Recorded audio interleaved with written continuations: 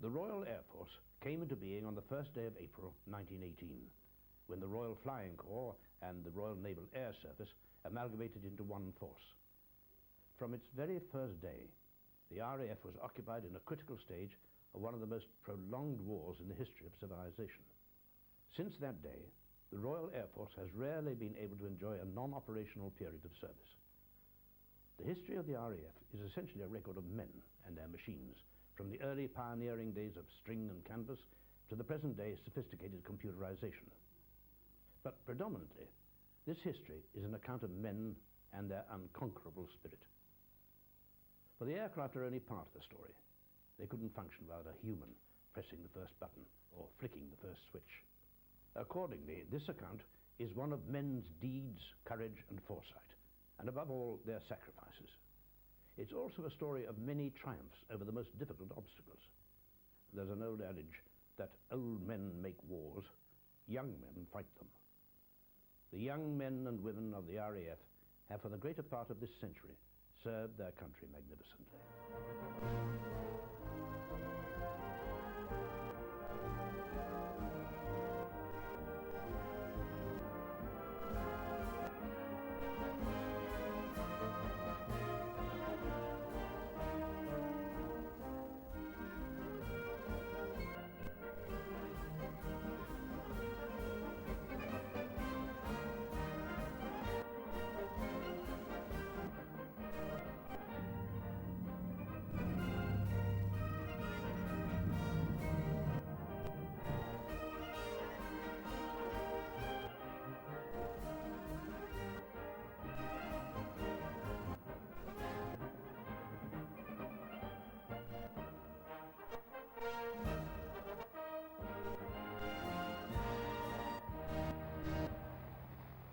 During the course of the First World War, the use of aircraft as a weapon against the enemy had rapidly increased.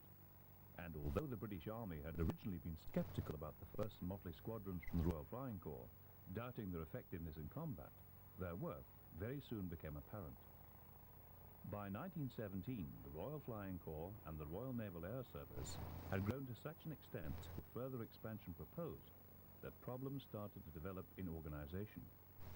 Both the War Office and the Admiralty believed that they, respectively, should have paramount influence on air matters. The Prime Minister, Lloyd George, decided differently and invited an impartial assessment of the situation from an outsider. His choice was the eminent South African Lieutenant General Jan Smuts.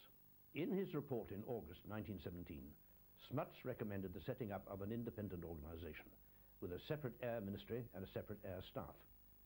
This report was approved by the War Ministry, and a bill was quickly effected and passed through Parliament. On the first day of April 1918, with Major General Sir Hugh Trenchard being appointed as the first Chief of Air Staff, the Royal Air Force came into being.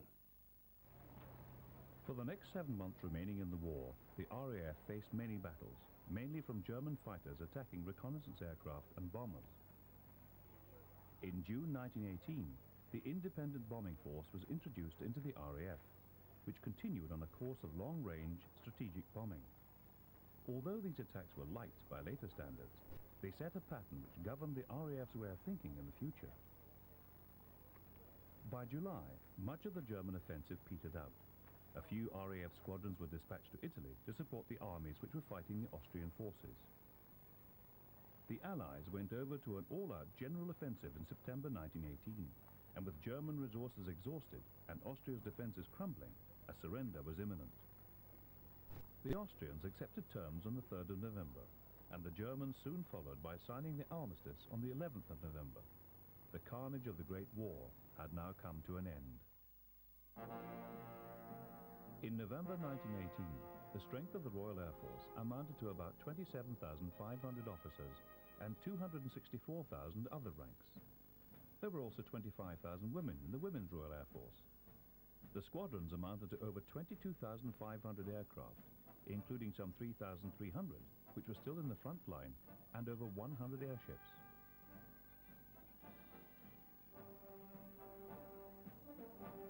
This enormous force, necessary in wartime, could inevitably not be supported during peacetime. and in the wake of post-war depression, most of the squadrons were quickly wound down and disbanded. Men and women were demobilized, and even the Chief of Air Staff, Sir Hugh Trenchard, lost his job.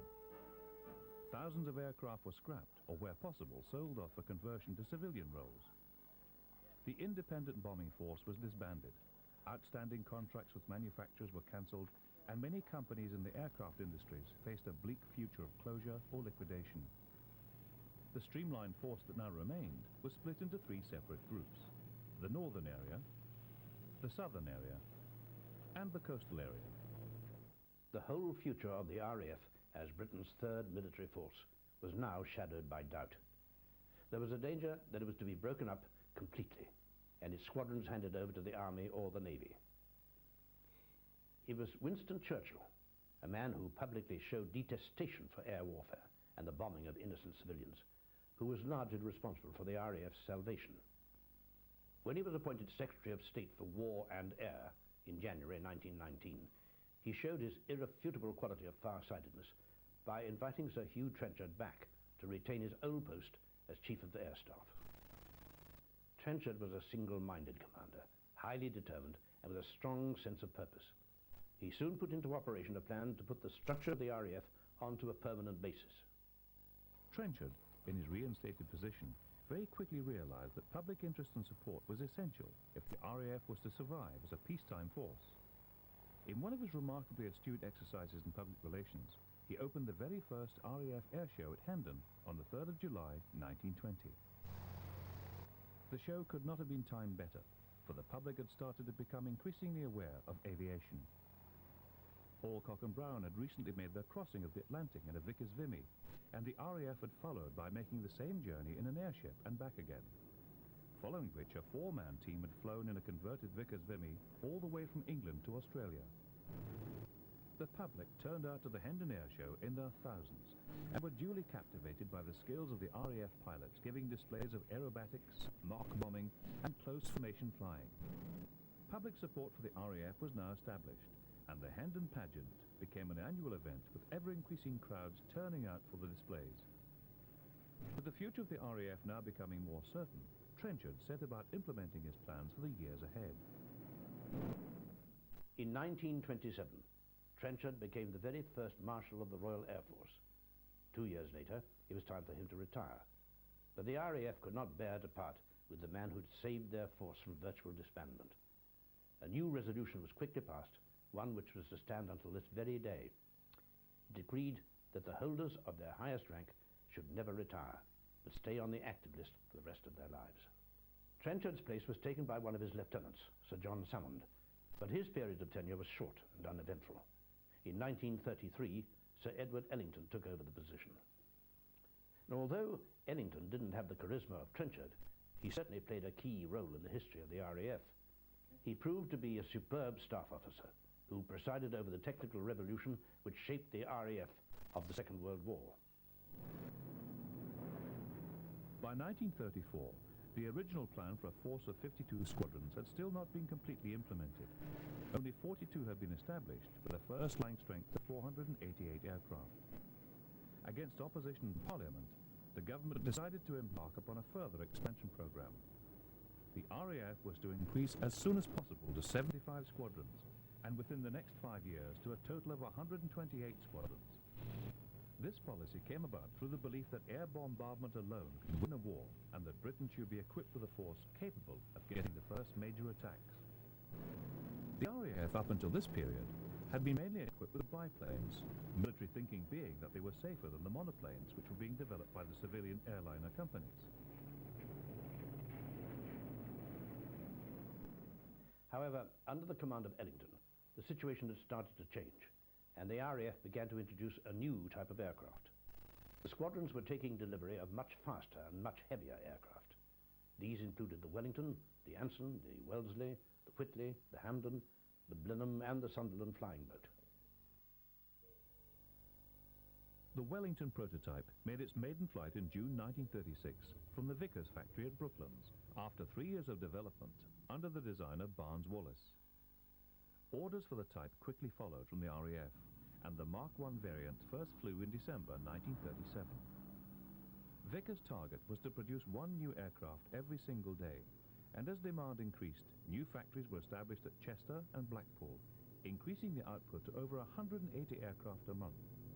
During the peak of the war, this was to increase to over 300 a month.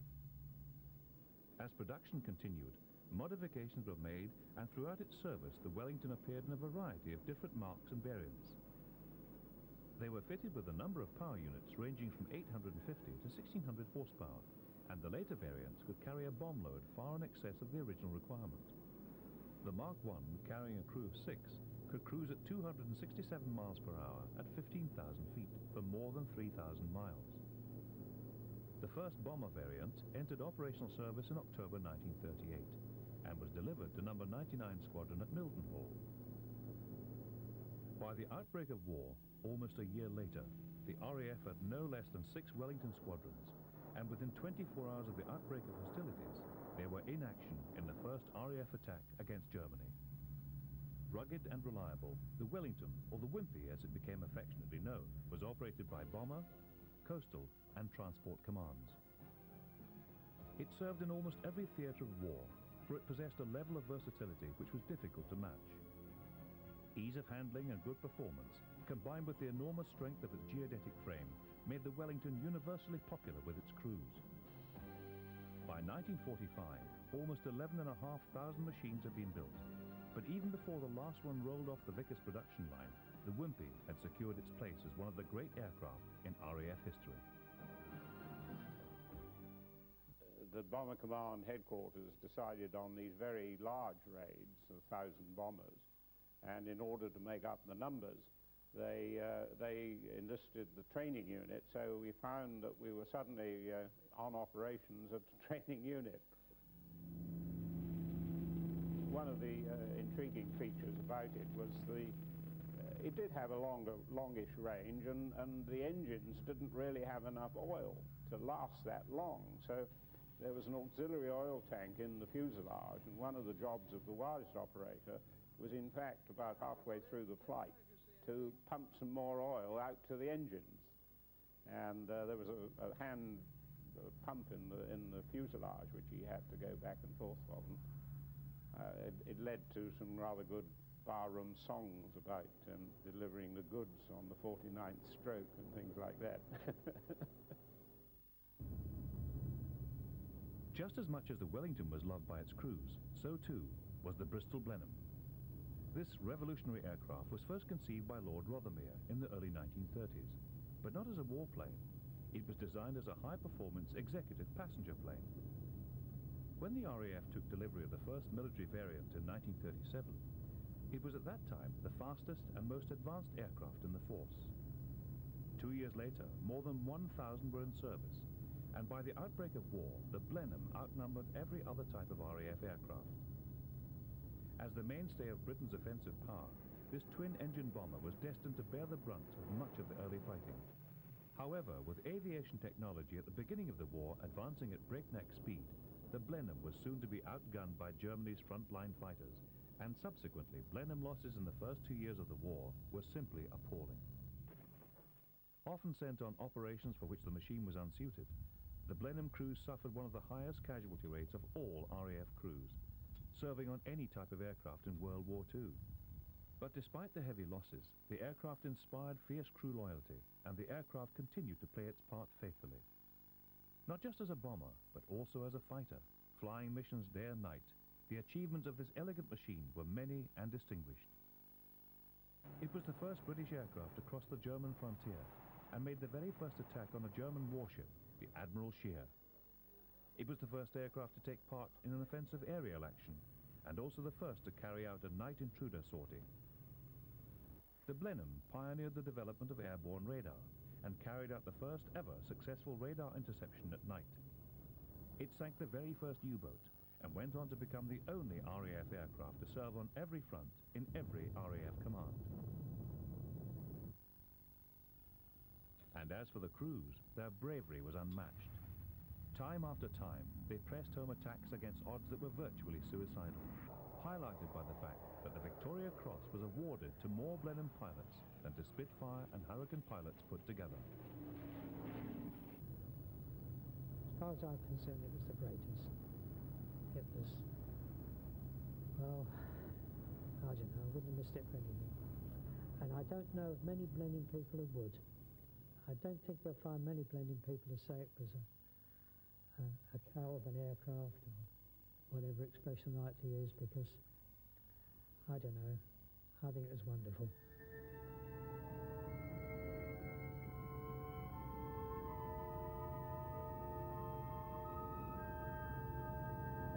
Oh, it was a beautiful machine to fly. You could turn on the sixpence with it. Lovely turning circle, which was very useful if you met any enemy aircraft.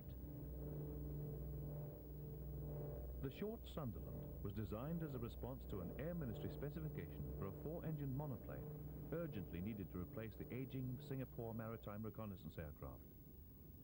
Making its maiden flight in October 1937, it was first delivered to the RAF less than a year later. 230 Squadron in Singapore and 210 Squadron at Pembroke Dock were the first squadrons to take delivery. The initial reaction by the crews was one of amazement. The sheer size and cavernous hull was something they had never encountered before. With a wingspan of over 112 feet and an overall length of 84 feet, the boat towered 33 feet above the ground when it was out of the water. The Sunderland was a vast improvement over its predecessors.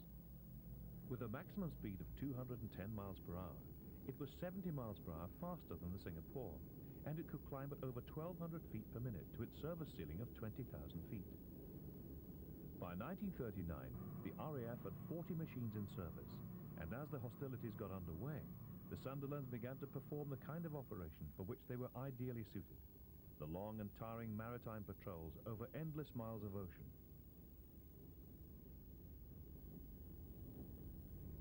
The type underwent 5 different marks throughout its career with the RAF, and was one of the very few types to remain in operational service throughout the entire period, and the only RAF aircraft to perform frontline duties for the whole of the much later Korean War. As a tough and reliable workhorse, with its solid design and large carrying capacity, and also its powerful defensive and offensive armament, the Sunderland had an unrivaled ability to succeed in a variety of roles. Much loved by its crews and highly respected by its enemies, the Sunderland became a legendary campaigner, and of all the flying boats to serve with the RAF, it was undoubtedly the finest. So, with these and other new aircraft at their disposal, and with all the rapid expansion plans being put into operation, and of course the opening of new airfields all over the country, the RAF now looked as though it was going to be once again a force to be reckoned with by would-be aggressors. For the fighter squadrons, there was little change, but the far-seeing Sir Edward Ellington had already decided that the aging Gloucester Gauntlet and Gladiator biplanes needed replacing. Ellington, as did many of the other powers at the time, felt more than uneasy about the changing situation in Europe. Hitler had taken power in Germany, and against the Treaty of Versailles, he had formed the Luftwaffe, with an infamous pilot from the First World War, Goering, as its commander-in-chief. The Luftwaffe possessed over 1,800 aircraft. Ellington headed a team which issued 3 major specifications for the RAF's future aircraft, which he considered to be vital if the RAF were to have any effect in a war which he felt was brewing. The first of these was for a fast and maneuverable fighter, which could carry a minimum of 8 machine guns compared to the biplane's 4. 2 aircraft manufacturers responded to this specification. The 2 new aircraft, both of which predominantly used the Merlin engine, were, in the years that followed, going to write their own chapter in the history of the RAF. From Hawker came the Hurricane, which entered service with the RAF in 1937. From Supermarine came the legendary Spitfire, which entered service in 1938. The Hawker Hurricane, designed by Sidney Cam, was the RAF's very first monoplane fighter, and their very first combat aircraft capable of speeds in excess of 300 miles per hour in level flight.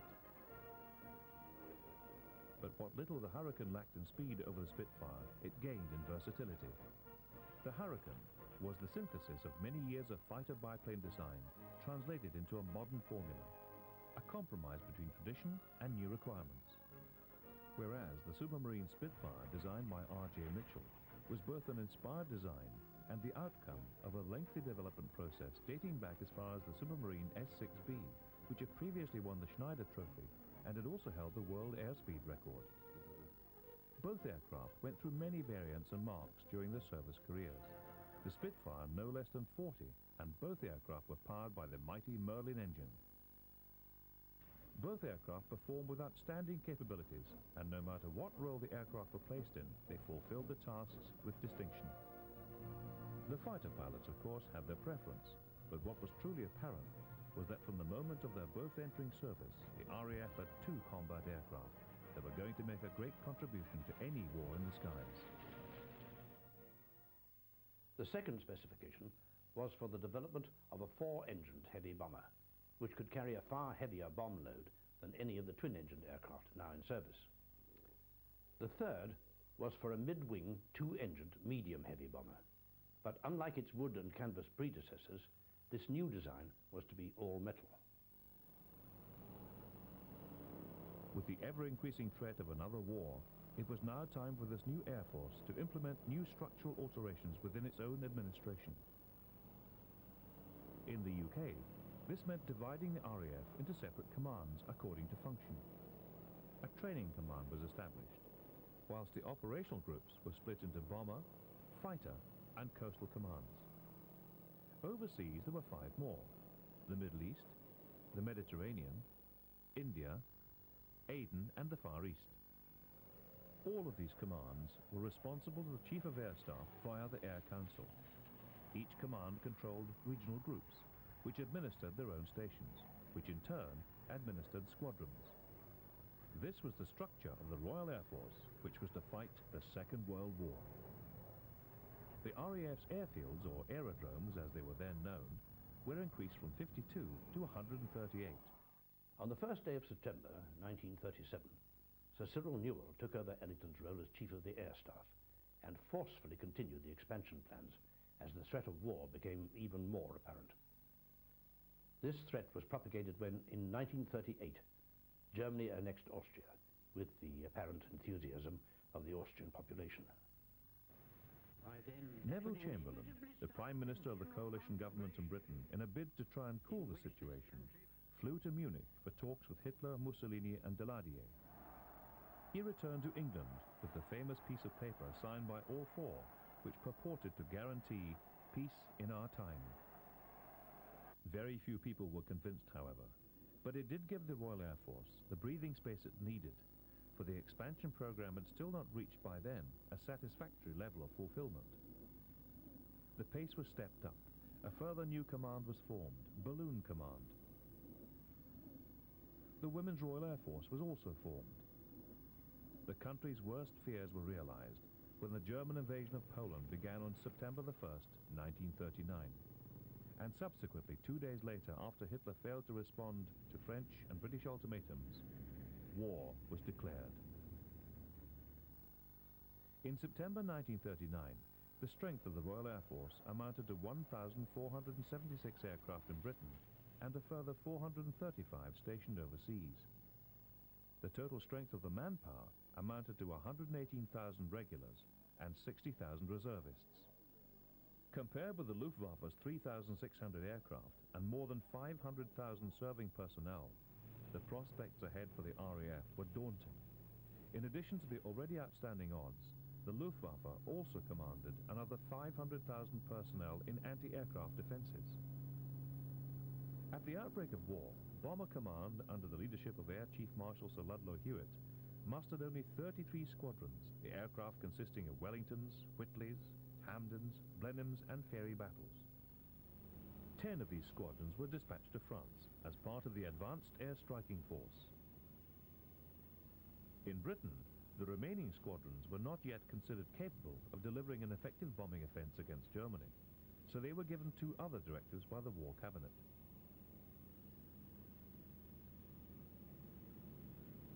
The only military attacks were to be against enemy warships at sea, and over land, orders were given to confine all flights to leaflet dropping over the German people. These propaganda missions began immediately, with many Whitley squadrons, sometimes supported by Wellingtons, operating at night.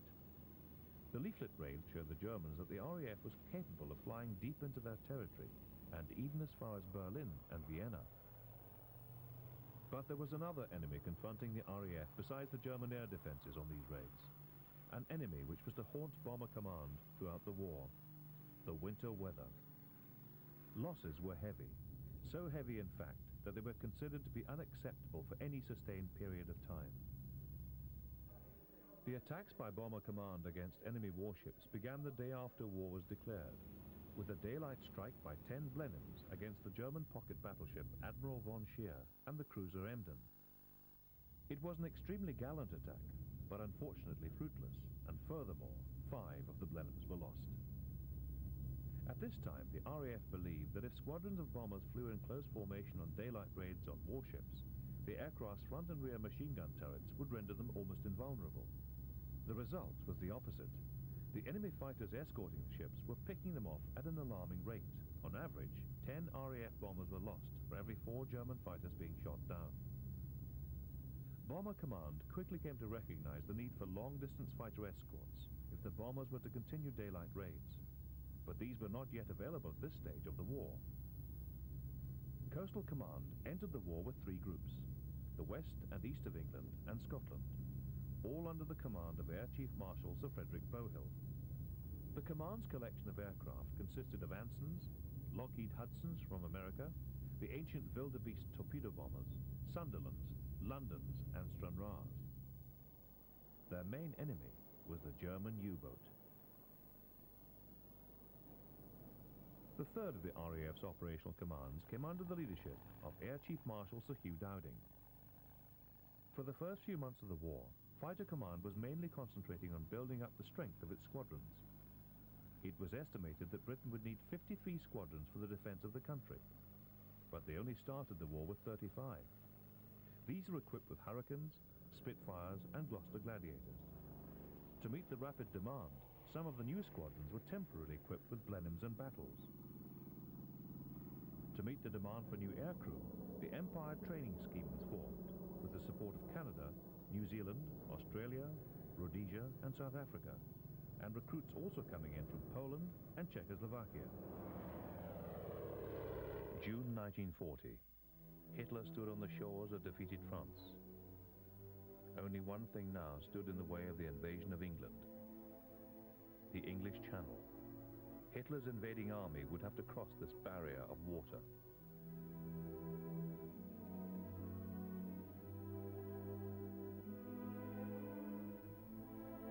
The British Army was still trying to recover after the heavy losses at Dunkirk.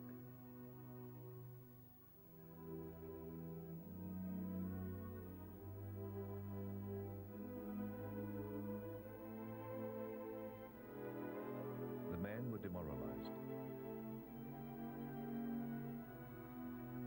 Their weapons and equipment lay abandoned.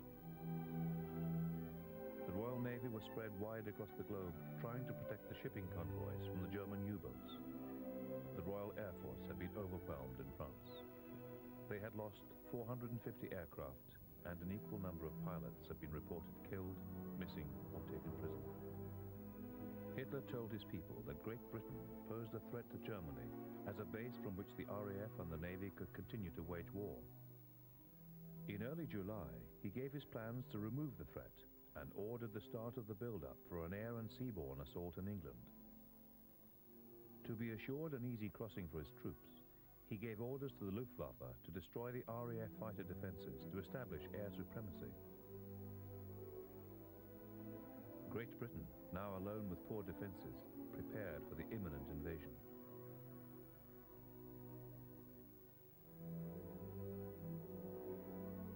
If the Luftwaffe achieved their aim and knocked out the RAF, any attempt by the Royal Navy to attack the invasion barges without air cover would leave them at the mercy of the Luftwaffe and German Navy.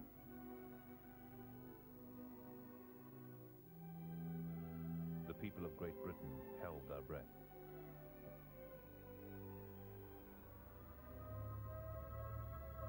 Then came the first attacks.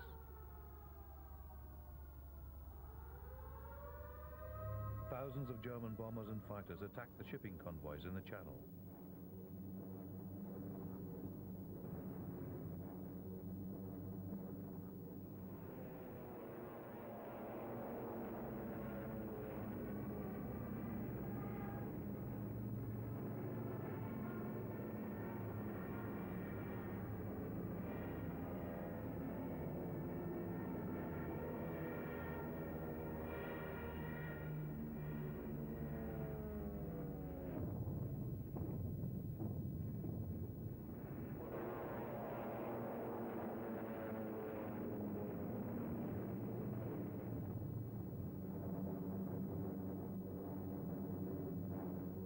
attacks had the desired effect, for they lured out the RAF fighters.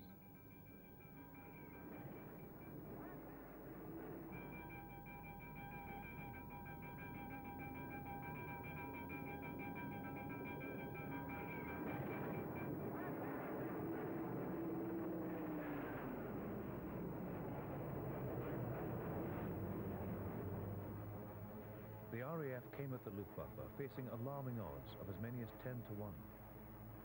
The German plan was to test the British air defences and cause them to use up precious reserves. The battles over the coastal convoys were vicious and costly to both sides, but the German losses were much higher.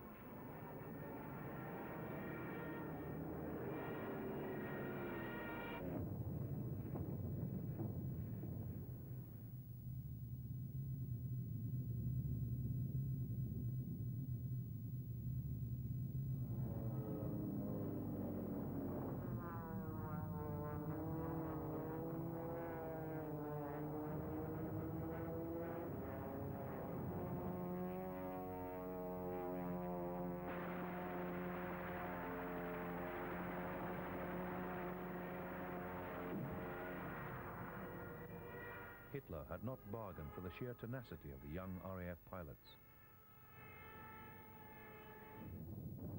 He turned his bombers onto the British ports on the south coast. The southern tip of England became known as Hellfire Corner. The Luftwaffe continued to sustain heavy losses, and although they were causing heavy damage to the supply convoys and ports, it was not enough to stop the flow of resources.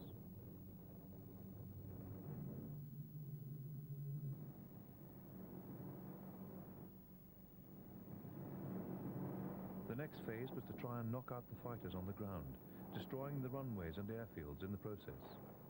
But the RAF were prepared for this. Although their airfields were hit hard, many of the aircraft were saved, and still the RAF fought back.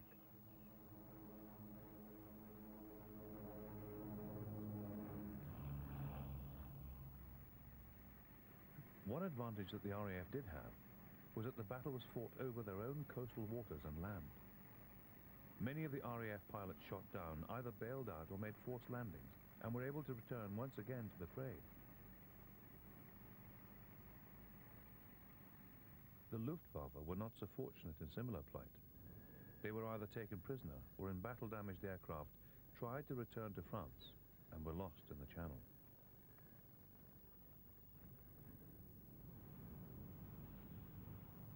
Goering had promised Hitler that his Luftwaffe would have cleared the skies of the RAF over Britain. It now appeared to Hitler that Goering's promise of air supremacy was a long way from the truth. He gave new orders to the Luftwaffe. They were not only to attack the airfields, but also begin attacking the industrial areas of England in an attempt to stop the British war machine. The RAF once again hit back hard.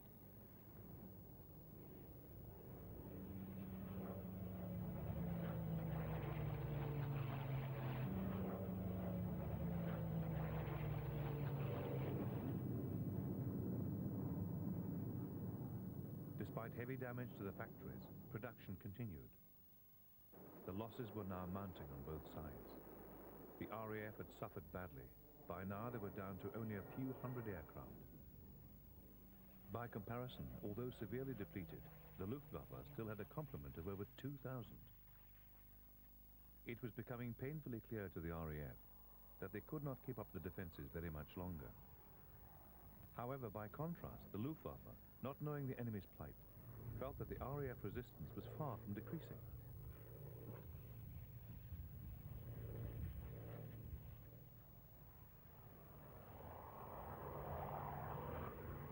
Despite the continuing raids on the airfields, they were not being knocked out for any appreciable amount of time.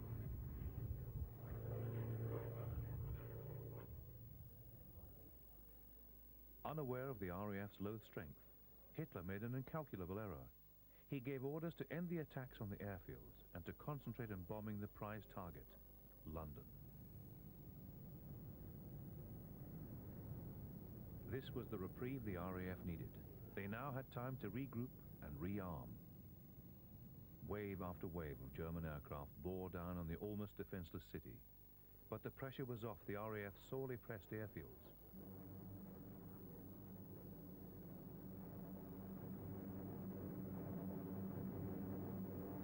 On September 15th, at the height of the battle, massive formations of German bombers showed up on the radar screens. As they flew in from the coast towards London, the RAF were alerted.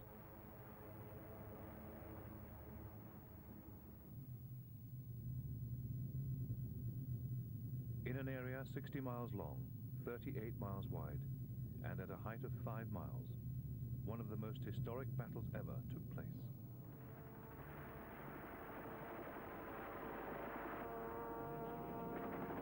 The RAF rose to the Luftwaffe challenge.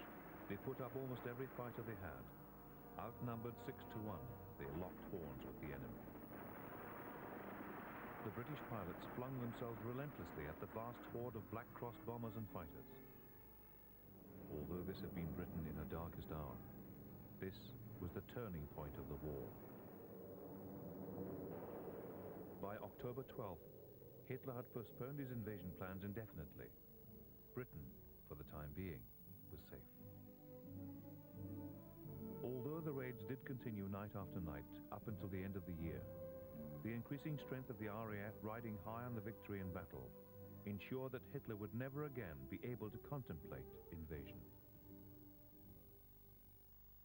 During the Battle of Britain, only the RAF's fighter pilots stood between Britain and the planned Nazi invasion.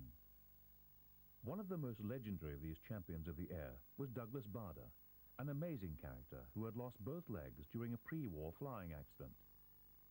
In spite of his somewhat precarious disability, he was a man with a forceful disposition, and it was due to this great inner strength that the RAF were persuaded to let Bader fly operationally when the war started.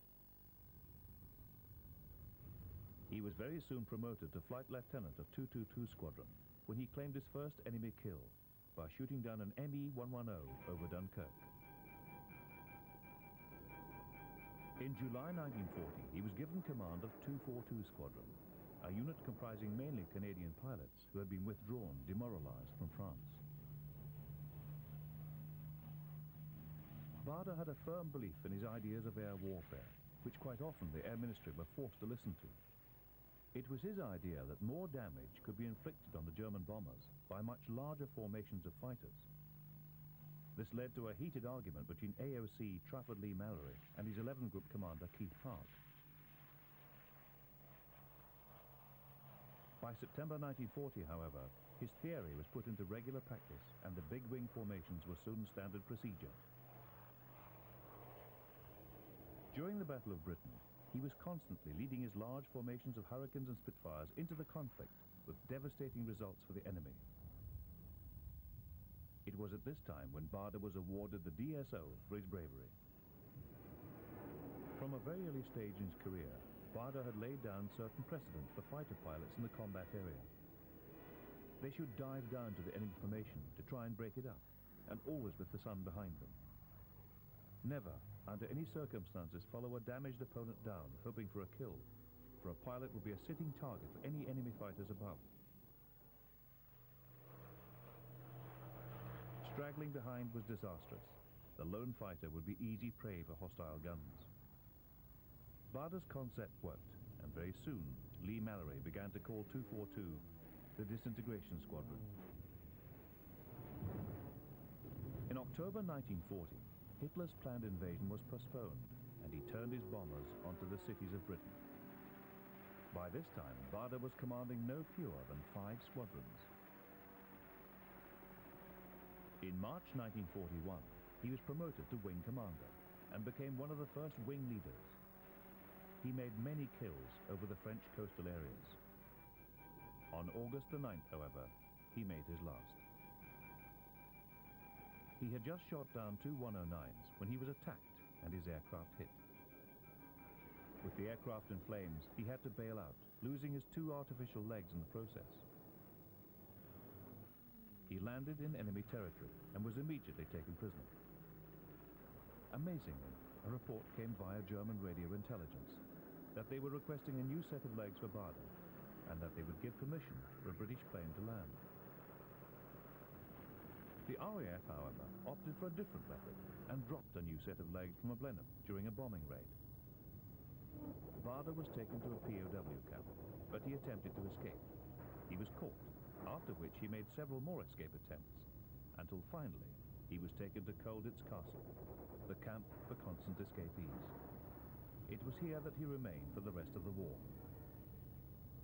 Liberated on the 14th of April 1945, he returned to England, where he was promoted to group captain and commanding officer of the Fighter Leaders School at Tangmere.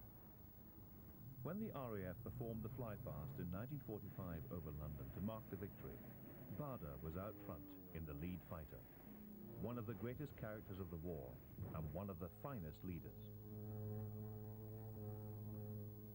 During the Second World War, not only did the RAF make an outstanding contribution to victory, it also made remarkable progress in the development of aircraft and avionic technology.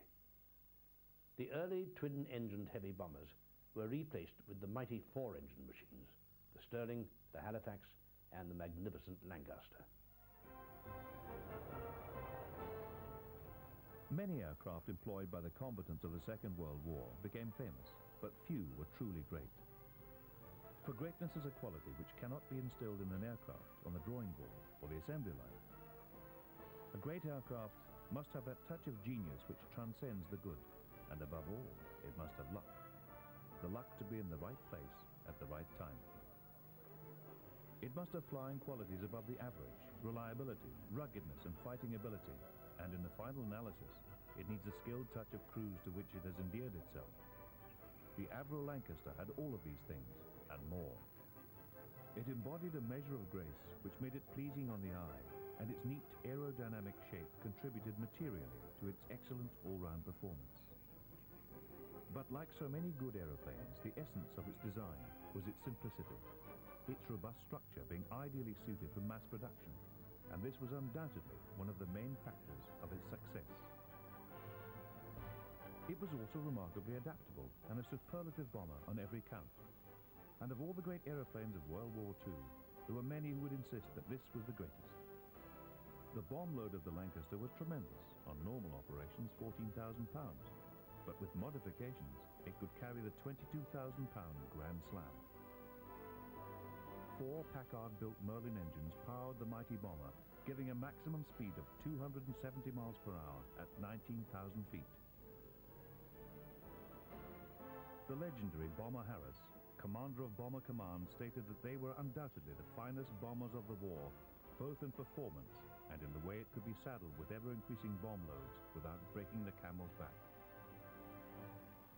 But not only could it take heavier bomb loads, and not only was it easier to handle, it also had a much lower casualty rate than other bombers. This was perhaps the main reason as to why it was so popular amongst its crews. It was also modified Lancasters that carried out the remarkable Dambusters raid, with the brainchild of Barnes-Wallis, the bouncing bomb.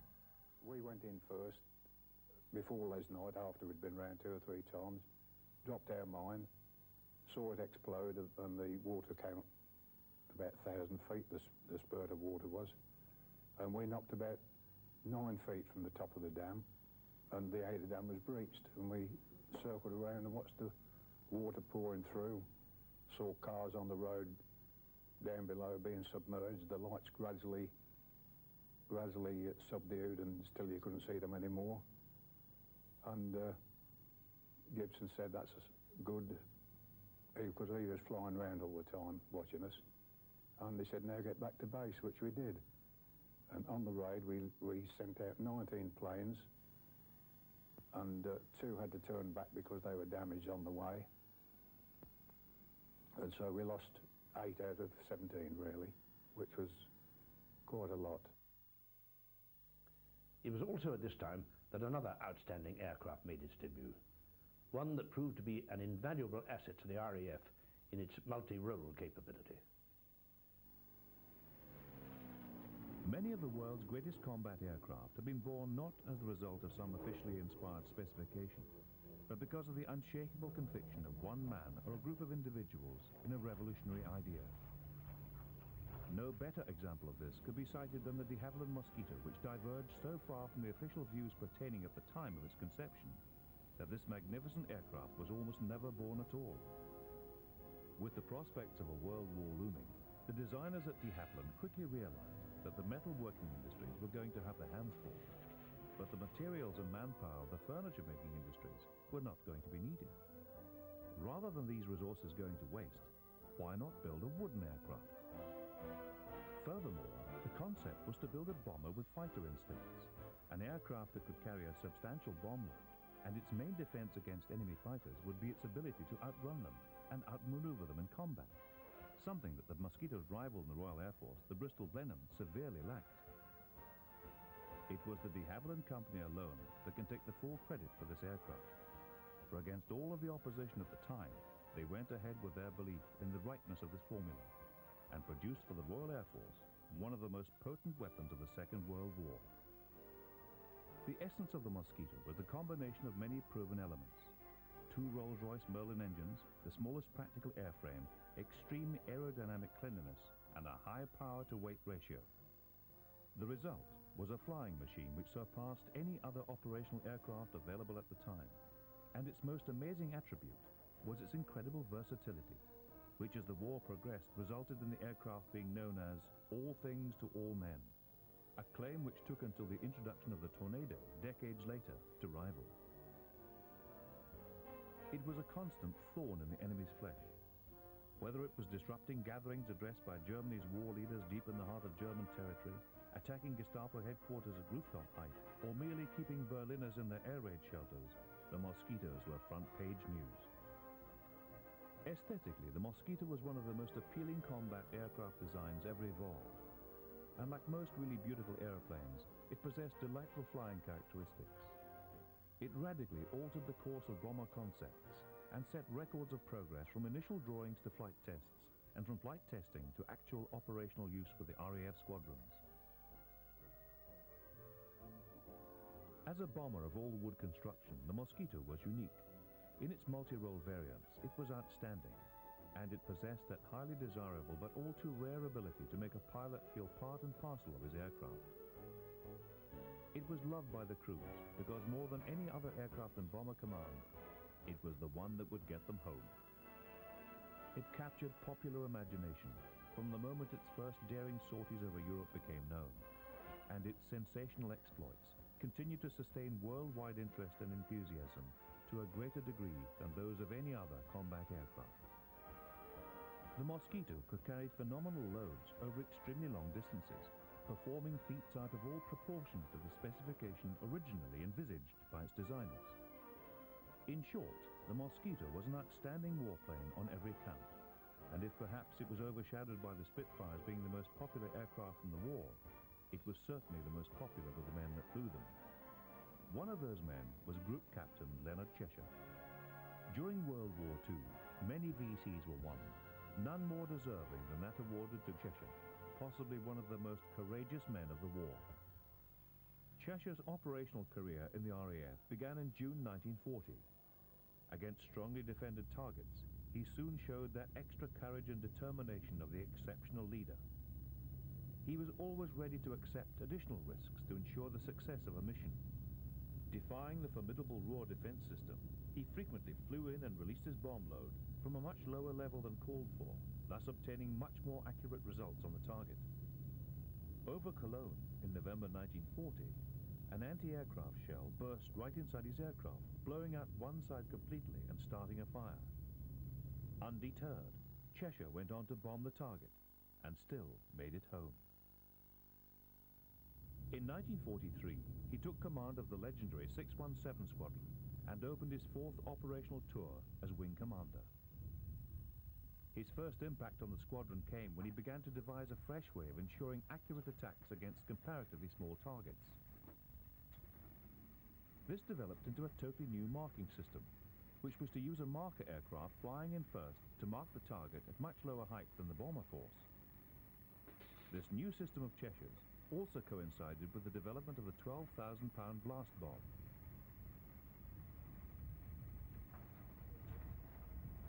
The first raid was on the aircraft factory at Limoges on 8th of February. Cheshire led 12 Lancasters through cloud to reach the target in moonlight.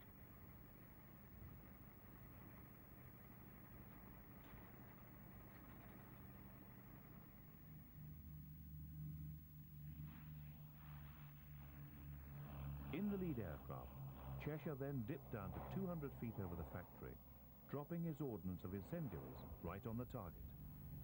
These burst at once, sending out a glow of red spot fires. The remaining bombers in the stream behind at 7,000 feet now had a perfect point at which to aim, and the raid was a complete success.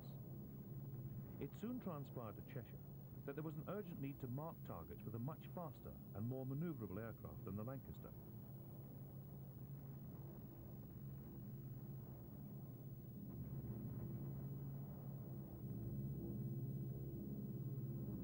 He was very soon given 2 Mosquitoes, which were perfect for the task. It was the famous Munich raid which helped win Cheshire his Victoria Cross. 4 Mosquitoes were to make the first markings of the target. The pilots were Wing Commander Cheshire, Flight Lieutenant Kearns, Squadron Leader Shannon, and Flight Lieutenant Falk. Cheshire was to mark a small house on the railway sidings, which he did with remarkable accuracy. But the sheer mark of the man and his courage can be seen when, having marked his target, he continued to fly around the target with no regard to his low reserve on fuel. He directed the 200 Lancasters into the area, flying at only 1,000 feet, immediately below the path of their falling bombs. With the task complete, Cheshire set course for home, only to face flying through 40 miles of heavy flak. On approaching RAF Manston, his fuel gauge read only 10 minutes of fuel left, only to find that there were enemy fighters over the airfield shooting up the landing aircraft. He calmly switched off all his lights, and with all landing lights on the airfield extinguished, he landed the Mosquito in complete darkness. This was just one of his many exploits, and although he led 617 Squadron on some 40 similar raids, the true measure of his wartime achievement was in his brilliant inventiveness and leadership. He was a man who would always back his own judgment, and events proved him right, time and time again. In all, he flew 100 missions. 100 times he had gone out, bombed, endured ack-ack, fought fear and tiredness and cold, exerted all his skill, all his ingenuity, and come back. He had forgotten all else in life other than leading his squadron, setting an example of frozen courage in every attack, bombing, shattering and killing the enemy.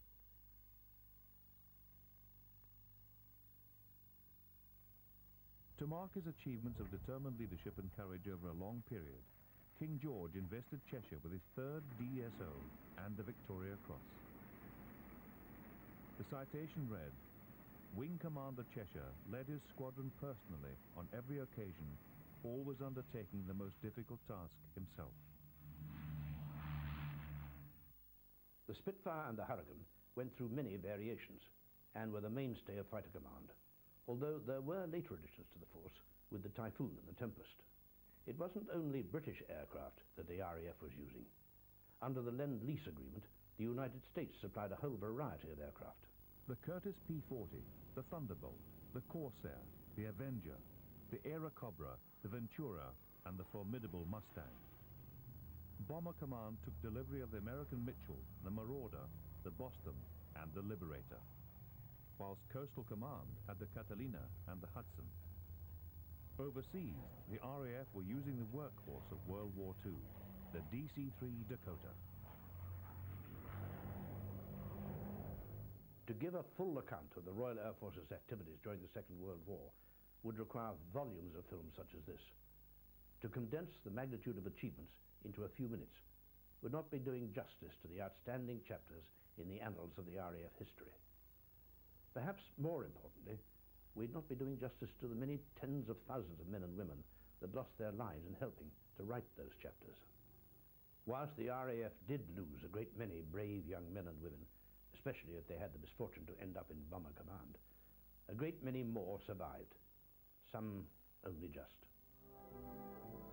When you're in a fighter that has been hit and catches fire, the cockpit is engulfed in flames within seconds. When a mighty bomber ignites, there is not long before the massive fuel tanks go up too. Many airmen suffered horrific injuries during the war, but there was one group which formed a bond between them that exists to this very day, the members of the Guinea Pig Club. It is said that through adversity comes strength, while these men found an inner strength despite the most appalling injuries and disfigurement. A strength which they proudly displayed to the nation, a strength which was and still is a reminder of the courage and determination of the members of the Royal Air Force. If you're having a tough time on your own, it's difficult. But don't forget, the numbers of guinea pigs that went through the hospital was 647. And when they're all together, they were all young men. They're all men, I think, with tremendous sense of humour. And it's this comradeship in which they help each other. In other words, through adversity, you find your strength. And it's remarkable because most of them have succeeded in life, whereas really you would expect them to fail. And I think we can be of great value to other people in this respect.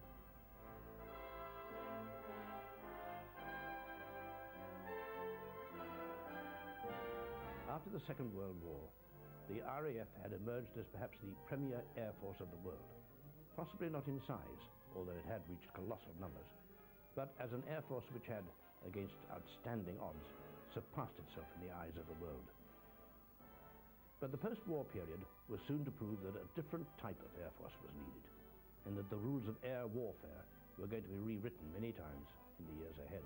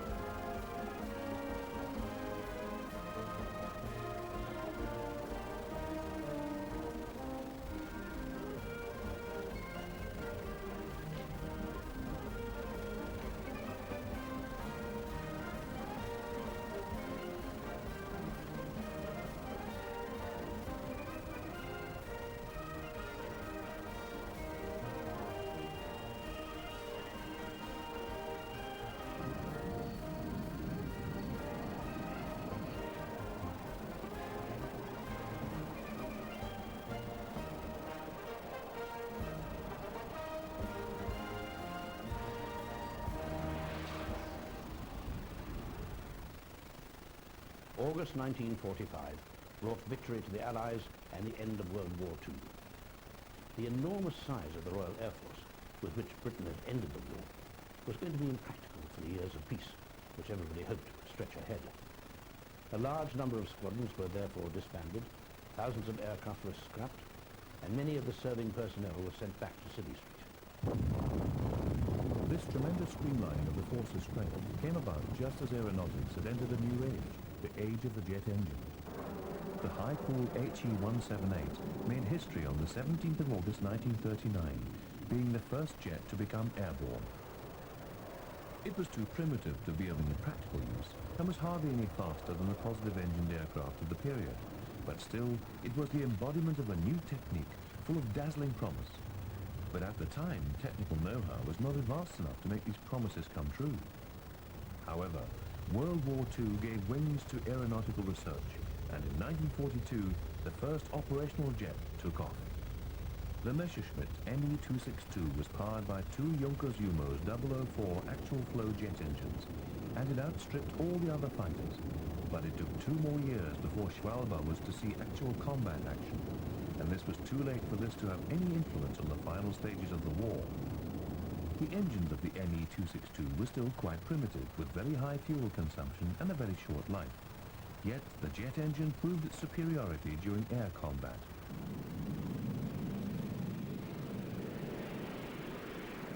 In Great Britain, research on the jet engine had begun at around the same time, although the first British jet flew as early as 1941. The first operational British jet fighter, the Gloucester Meteor, would arrive too late to see actual air combat during the Second World War. Another British pioneer was the de Havilland Vampire. The Vampire was powered by only one engine, the Goblin, and hence was slower than the Meteor with its 2 Rolls-Royce Derwins. But by the end of the war, the Goblin was the most powerful jet engine in the world. As a matter of fact, all British jet engines of the period were far superior to those of other countries, and that was something that did not escape the attention of the Americans.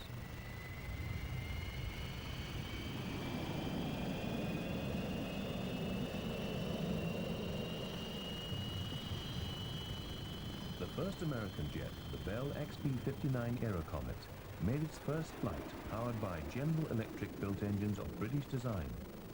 In 1943, Lockheed designed around the de Havilland Goblin, resulting in the first operational US jet fighter, the P-8E Shooting Star.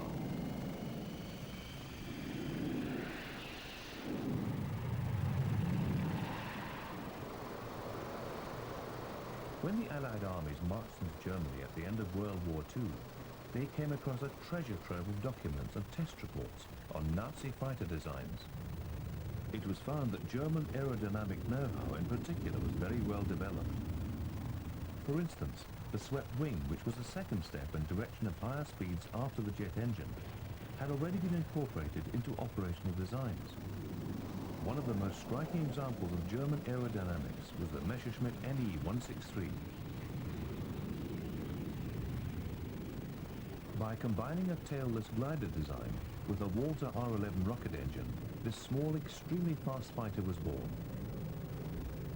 The Comet was built for the same kind of mission that would lead to the genesis of the Hunter. In the shortest time, this aircraft had to take off, climb to altitude, and shoot down the passing enemy bombers. To fulfill this mission, the Comet carried only a few minutes of fuel, obliging it to return to its base as a glider. One could hardly call the Comet a success. With its highly dangerous landing characteristics alone, the ME-163 was just too fast. The pilots did not have enough time to get a good shot at the slow-flying bombers, and the Comet literally overshot its targets.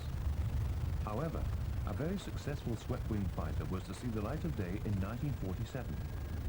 North America designed a jet with a wing sweep of 35 degrees, and for the first time after Germany, used an actual flow engine. This type of engine allowed a more streamlined design of the surrounding airframe, the first time the flying tail was used, making the aircraft more maneuverable. The final result was a fighter that made the others look ridiculous, the F-86 Sabre. In February 1948, the British Ministry of Supply published a specification for a fighter interceptor for the Royal Air Force. This aircraft was to be the answer to the new threat of Russian long-range bombers, but also indirectly to the superiority of the American Sabre. The British aircraft industry had grown into a vast enterprise, second only to that of the United States. Politically, Britain still had worldwide responsibilities. She was among the most important members of the United Nations, and as an unquestioned acknowledgement of her vital role during the Second World War, she was given a seat on the Security Council. So it's not surprising that for a decade or more after 1945, a good deal of the drive of British wartime military production was to continue. And military aviation was a central feature of this defense effort during those years. Most of the aircraft being produced during the early post-war years were still powered by wartime piston engines, such as the Lancaster and the Spitfire, or their derivatives, including bombers such as the Avro Lincoln and fighters like the Hawker Tempest. The only important exceptions were two new fighters, the Gloucester Meteor and the de Havilland Vampire. Both of these aircraft were basically straight-wing designs dating from the early 1940s, but fitted with jet engines instead of propellers. Both types represented a crucial step forward for the service, but neither of them had engines powerful enough nor a structural design advanced enough to take the Royal Air Force into the next era of aviation, the era of supersonic flight.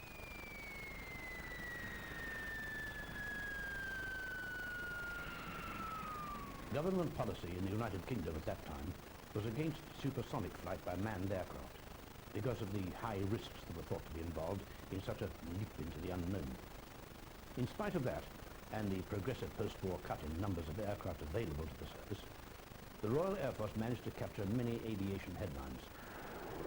A high point was reached in November 1945, when a Meteor F-4 of reformed RAF high-speed flight broke the world speed record with a spectacular 606 miles per hour run at a very low level over Herne Bay in Kent.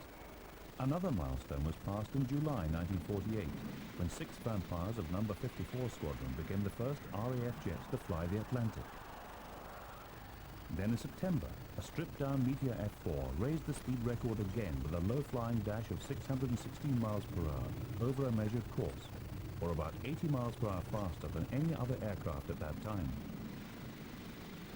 During those same early post-war years, the crowds at very many air displays at home and abroad thrilled to the immaculate displays of formation aerobatics given by Meteor and Vampire formations of the RAF.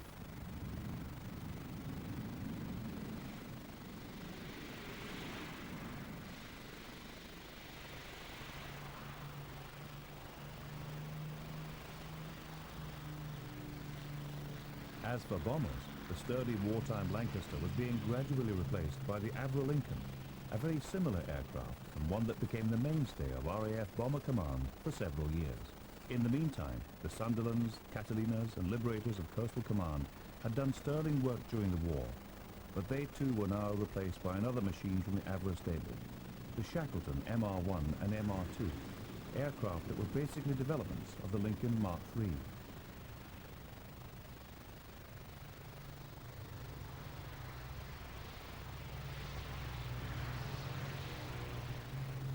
Between 1951 and 1954, 59 of those early Shackletons joined RAF Coastal Command, and 31 of the Mark III version followed at the end of the decade.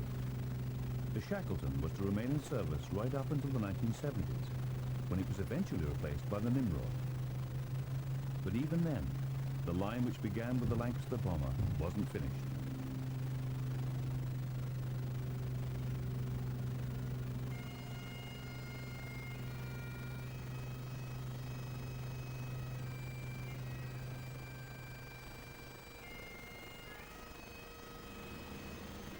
12 Shackletons were converted to the airborne early warning role by being fitted with air defense radar scanners and formed No. 8 Squadron in 1972. These antiquated but still useful machines then remained in the front line until replaced by the E-3A Sentry at the end of 1990.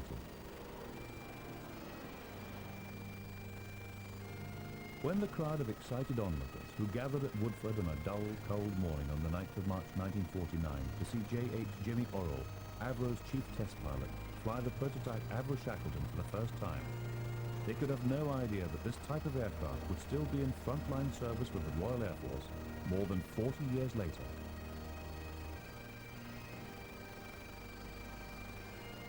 The prototype's maiden flight lasted just 33 minutes, after which Jimmy Orrell reported that the aeroplane flew extremely well and had that comfortable feel of its predecessors, the Lancaster and Lincoln. After a few minor adjustments, the aircraft made a second flight of 45 minutes.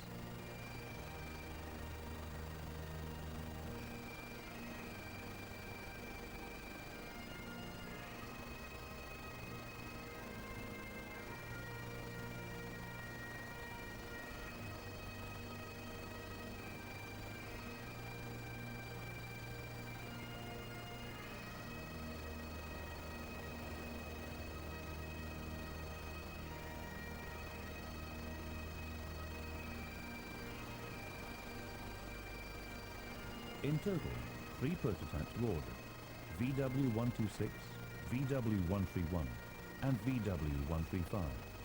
And even before the first one had flown, Avro received an order for 29 production aircraft.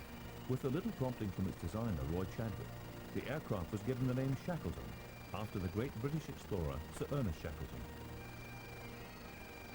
The Avro Shackleton has been called upon in a multitude of roles, from anti-submarine to search and rescue, maritime reconnaissance to colonial policing, supply dropping to bomber, troop carrier to airborne early warning, and other tasks too numerous to mention.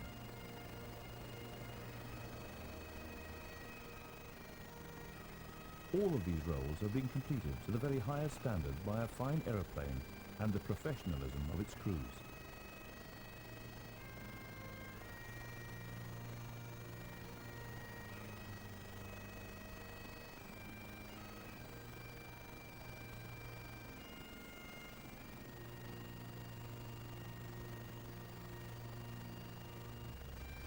Shackleton crews may have complained about the noise and lack of comfort, but few cannot fail to be thrilled to hear the unique sound of the old growler.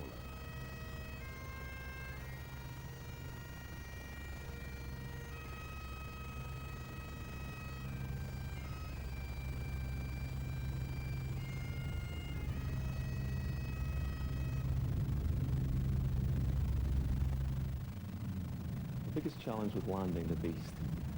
If you had no tail dragger experience, it was a bit of a shock when we came to the Shackleton to try and land this large aircraft on a three-point with this nose sticking out in front of you, obstructing your view, particularly in crosswinds. From the pilot's point of view, once you've mastered the landing, all the rest was easy, really. We were fortunate in rudder control in that we had almost double the rudder authority required for engine failures. So even if you lost two engines on one side, you had no control problems over the aircraft throughout its speed range. That's something that can't be said for a lot of modern jets, actually.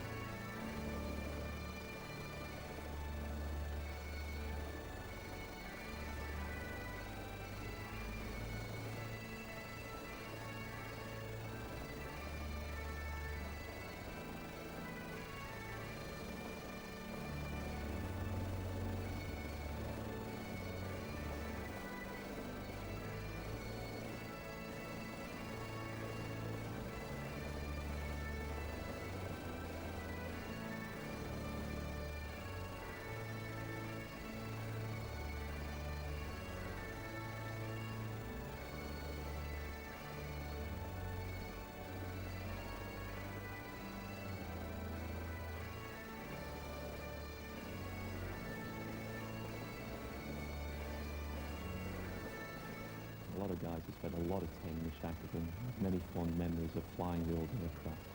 And it was tinged with sadness that we saw them go. Yet another offspring of the original Lancaster was the Avro York transport aircraft.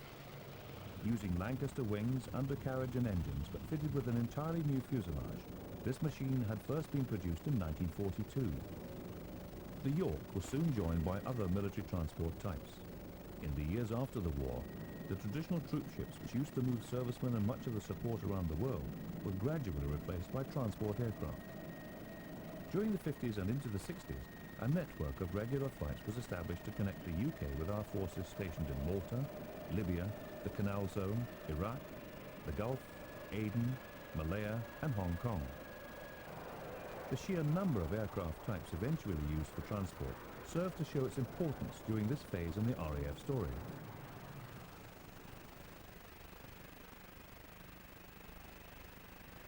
Between the late 1940s and right up to the present time, a succession of transport types such as the Hastings, the Valletta, Comet, Argosy, Beverly, Britannia, VT-10, Hercules and TriStar have all played their part, not only in the routine business of maintaining the lines of communication, but also in a series of emergency operations.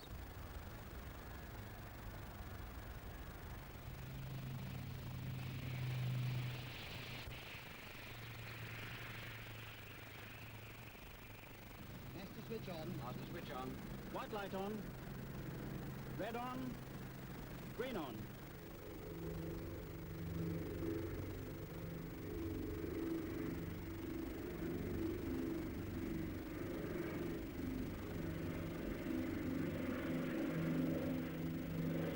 The first of these crises came as early as 1948, when the Soviet occupation forces in East Germany closed the road, rail and canal routes into Berlin. The Allied reaction was a massive Anglo-American airlift.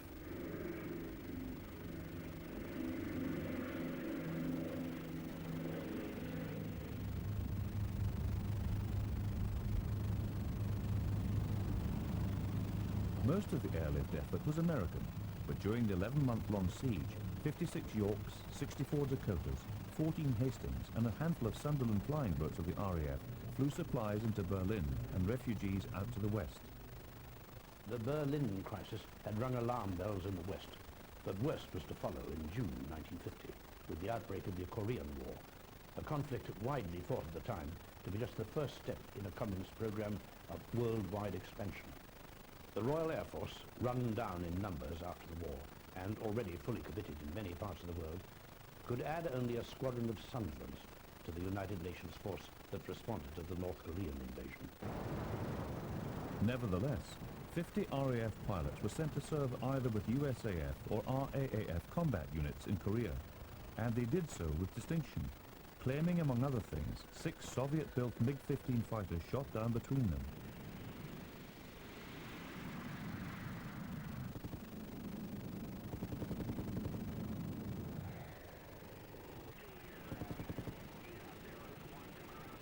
But there was another reason for not sending squadrons of the Royal Air Force to Korea. Their Lincolns, Meteors and Vampires were now obsolete, so a massive program of re-equipment was set in train. But until the British aviation industry could catch up, American aircraft would have to fill the gap.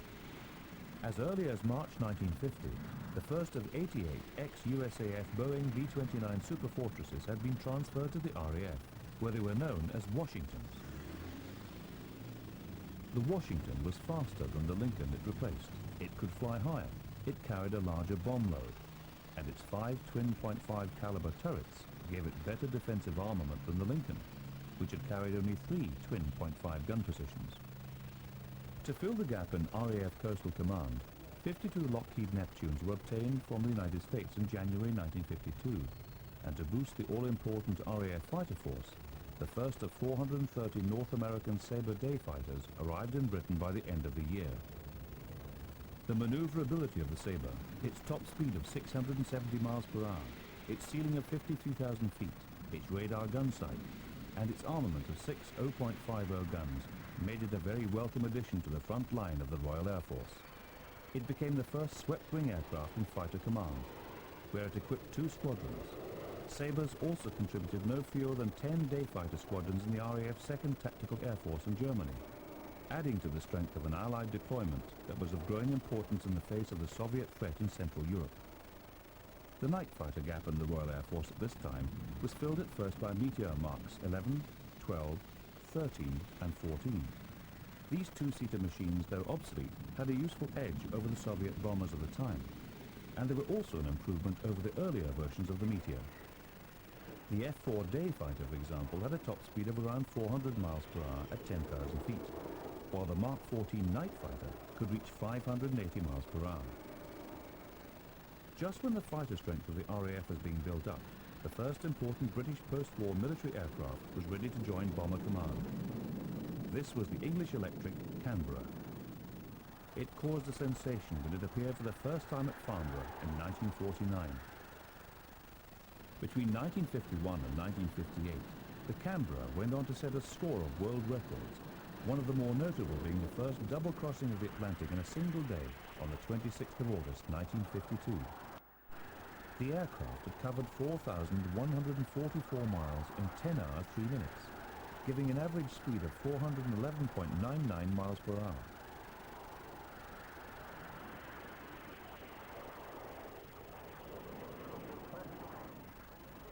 Another Canberra captured the London to New Zealand record in October 1953, while the plane, fitted with a Scorpion rocket motor, broke the height record in August 1957 by reaching 70,310 feet.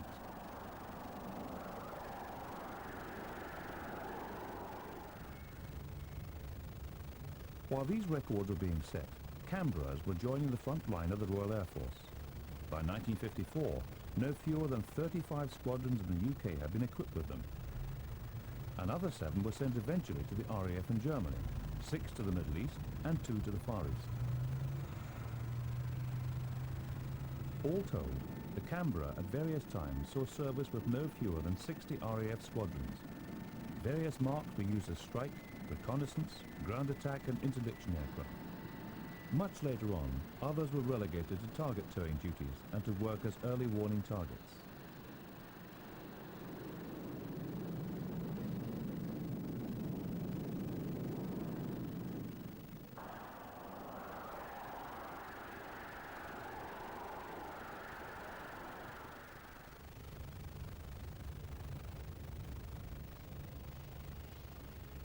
By the mid-1950s, second-generation British jet aircraft were beginning to emerge, notably the Hawker Hunter day fighter, the first of which joined No. 43 Squadron in July 1954, and the Javelin all-weather fighter, first issued to No. 46 Squadron in early 1956. The Hunter really was the first supersonic aeroplane, albeit in a dive, that the Royal Air Force ever operated. To do this, it had to have swept-back wings, large control surfaces, power control, so that you could get over the large increase in stick forces as you approached and went through supersonic speed in a dive. Maximum level speed of the aircraft was about 0.935 Mach number, required about a 30-degree dive to achieve sonic speed. So this was the new era, the beginning of power controls, the beginning of integration of weapon system with the cannons and the equipment to go with it. So it's a very important step forward, particularly as it finished up eclipsing the competition and turning out to be a very important multi-purpose aeroplane in air defense, ground attack, reconnaissance, training, research, and taking part in a large number of aerobatic teams in different countries. The Hunter was a particularly successful aircraft. Between 1954 and 1971, when the last Hunter Squadron No. 8 in Aden disbanded, several marks of the aircraft were developed. 20 day fighter squadrons received the F-4 and another 19 flew the F-6. From October 1959, 15 squadrons were equipped with the FGA-9 day fighter ground attack version, and 3 more were issued with the FR-10 tactical reconnaissance model.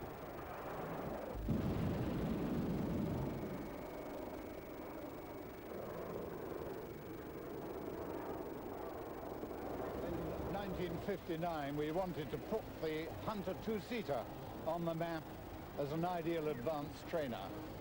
The board were persuaded to put a powerful smoke installation on the aeroplane so that we could accentuate various maneuvers. We hit the headlines with our display at Farnborough in 1959. Next week I was en route to Switzerland to demonstrate the aeroplane to No. 8 Squadron at Emmen, Lucerne. I was requested to give a display on arrival, and reveling to go because I was right in practice, going to do something they'd never had done before.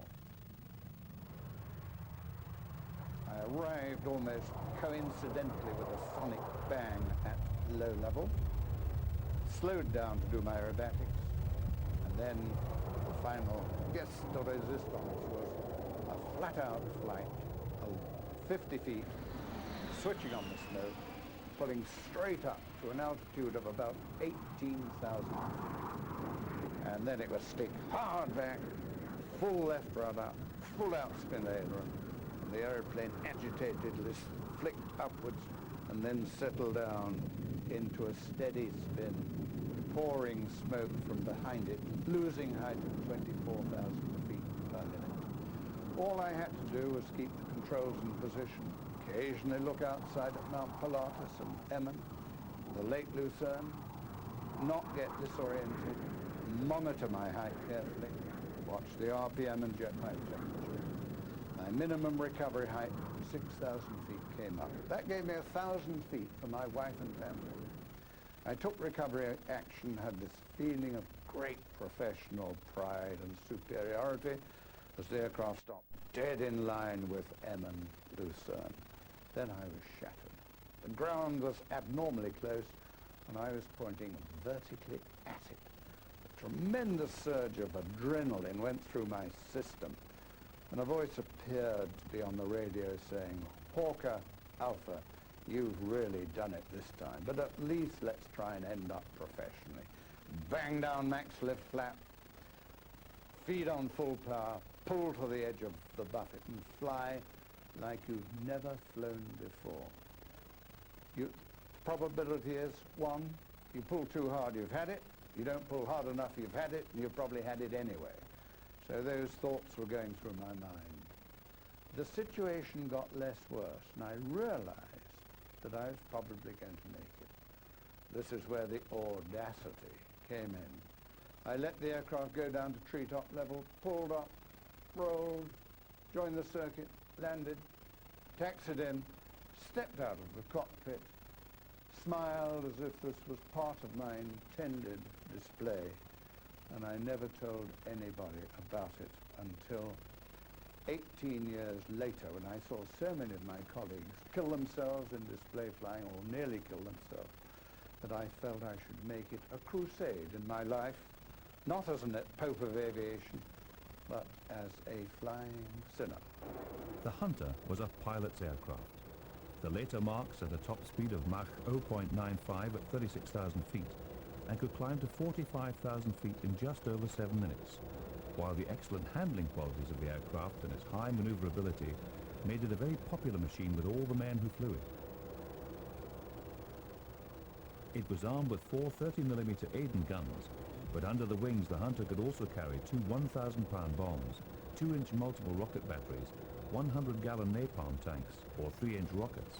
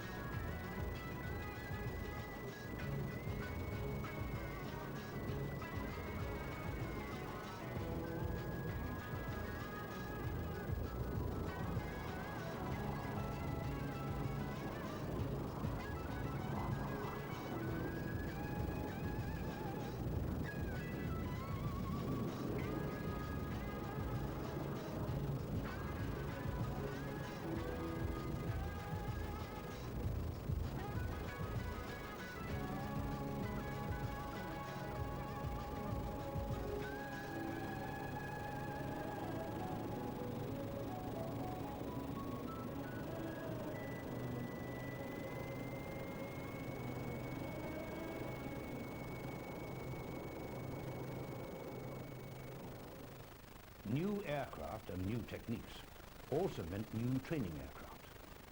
During the early 1950s, the piston-engined Provost T-1 came into service to replace the earlier Prentice. A two-seater variant of the Vampire fighter, the T-2, replaced the Harvard as the standard advanced trainer. By the end of the decade, the jet Provost had been adapted as the basic training aircraft, and for the next 30 years, all RAF pilots were trained to wing standard entirely on jet aircraft.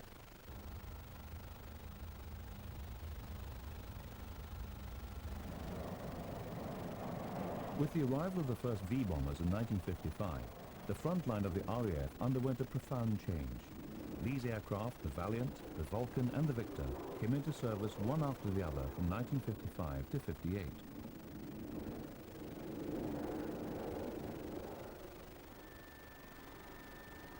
Lift a very heavy load of conventional bombs.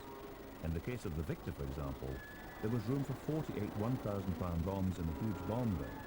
But the main role of all three V-bomber types was to carry nuclear weapons. None of the bombers were fitted with self-defense weapons. The tactics used were to fly so high and so fast that no enemy defenses could intercept the aircraft, exactly the same as the thinking behind the outstanding de Havilland Mosquito of World War II fame. But there the similarity ends. The Mosquito had a top speed of 425 miles per hour and a ceiling of about 36,000 feet. Late versions of the Vulcan could operate at Mach 0.98 and had a service ceiling above 60,000 feet. The Vulcan entered service with the RAF in May 1956 with 230 Squadron, and later number 83 Squadron at Waddington. It also went on to equip numbers 27, 44, 50 and 101, and the famous Dam-Busters 617 Squadron. The RAF Vulcan was designated the Vulcan B Mark I. With the advent of the new powerful Olympus 200 engines, which were first flown in Vulcan B1 at the 1958 Farnborough Air Show, the development of the more advanced Vulcan B2 was made possible. During the early 1960s, air-to-air refueling, which had been the subject of desultory experiments since before the war, was introduced into the RAF's V-Force, not only to extend their range, but also the pre-positioned in-flight tankers could take the place of costly intermediate landing posts. Throughout the 1970s, detachments of Vulcans were based with the Near East Air Force in Cyprus. Others ventured further afield on major military exercises, such as the USAF's Strategic Bombing and Navigation Competition in Louisiana. Competing against B-52s and F-111s, the Vulcans won 2 out of the 3 possible trophies.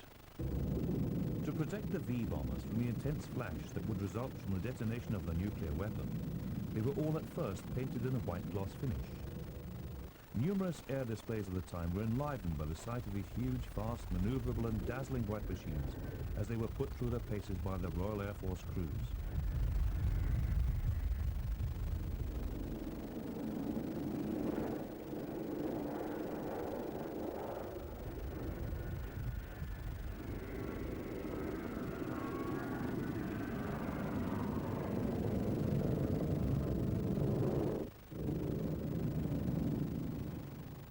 Very special arrangements were made to accommodate the V-Force, as the 18 squadrons of the aircraft were known.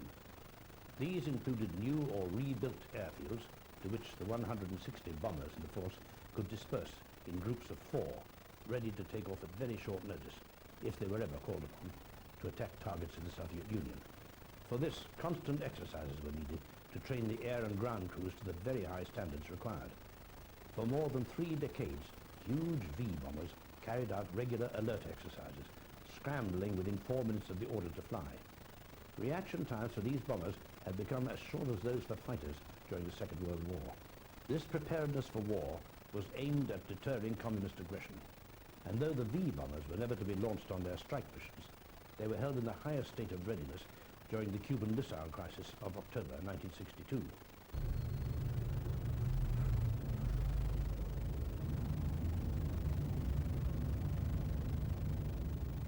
V-bombers were frequently sent overseas, partly in a military role and partly to show the flag. Some of the overseas flights set new records. One notable achievement was the Scampton to Sydney speed record of 20 hours, 3 minutes and 17 seconds set in June 1961 by squadron leader Michael Beavis, flying a Vulcan of the famous number 617 squadron.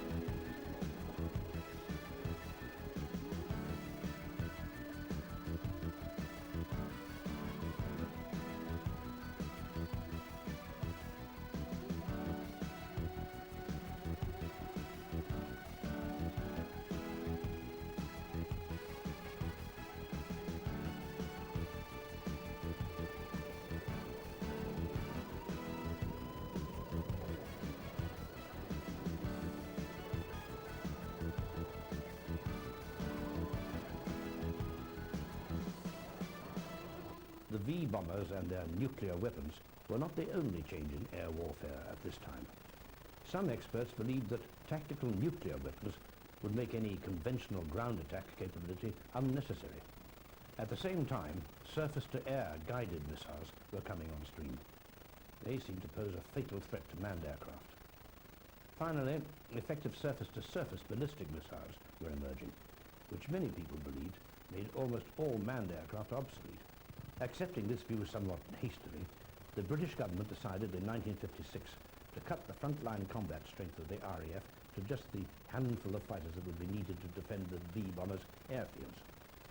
Meanwhile, the aircraft of Bomber Command were supplemented by US-supplied 4 surface-to-surface missiles. This resulted in Fighter Command being reduced from a strength of about 600 aircraft in 35 squadrons in 1956 to only 140 fighters in 11 squadrons by 1962. The Hunters and the Javelins had been replaced in the fighter force by the English Electric Lightning, the first of which had arrived on number 74 Squadron in July 1960.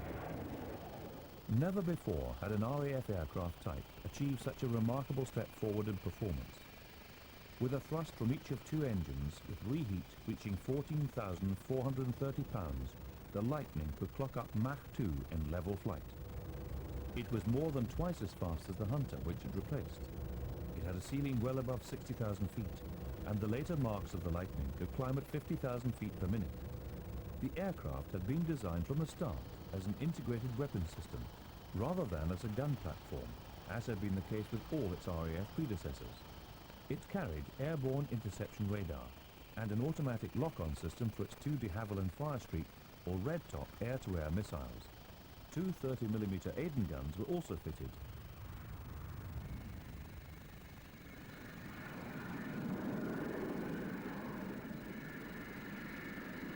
Spectators at numerous air shows in the 1960s and 70s were astounded to see demonstrations in which the Lightning took off, stayed low to gather speed, and then, after being airborne for only a couple of thousand yards, pulled up into a vertical climb and disappeared heavenwards. At first, the range of the Lightning was somewhat limited. It had, after all, been built as a short-range interceptor. But modifications were soon introduced, giving the aircraft, among other improvements, a large ventral fuel tank, provision for a pair of overwing fuel tanks, and a probe for air-to-air refueling. This was just at the time when air-to-air refueling was starting to be taken much more seriously by the RAF.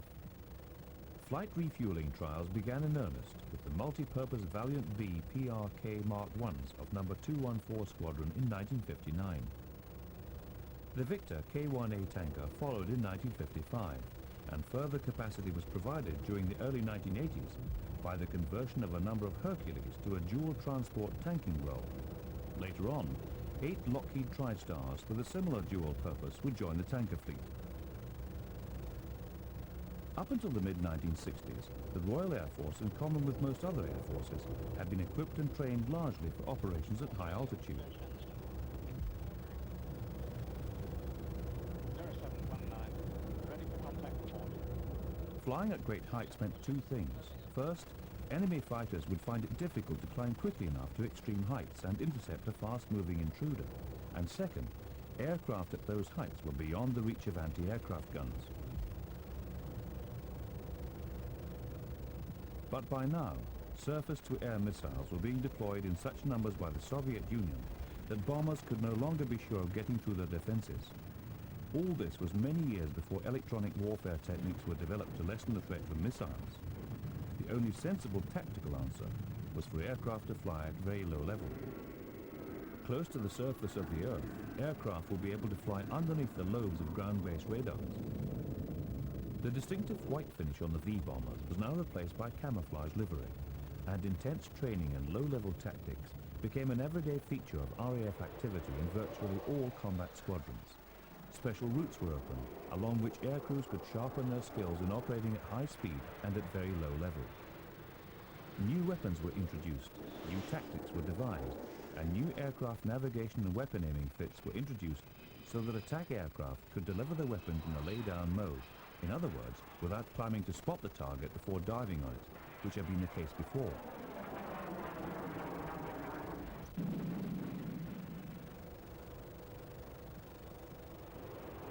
The mid-1960s also brought further extensive changes to the aircraft types in RAF service. In 1965, the incoming Labour government cancelled the intended replacement for the Canberra, the TSR-2. A proposed purchase of US F-111s was also cancelled, as was a planned Anglo-French variable geometry aircraft. Eventually, it was decided instead to bring Hawker Siddeley Buccaneers into RAF service, and over the next few years, 92 of them were to join the front line. Another cancellation, this time of the Hawker P-1154 jump jet in 1965, helped lead the way to acquiring the US McDonnell Phantom for the Royal Air Force. The first British Phantoms, 28 of the Air Defence FG-1 version, had entered service with the Royal Navy, and when the 1154 project was cancelled, it was decided to order another 22 FG-1s, this time for the RAF.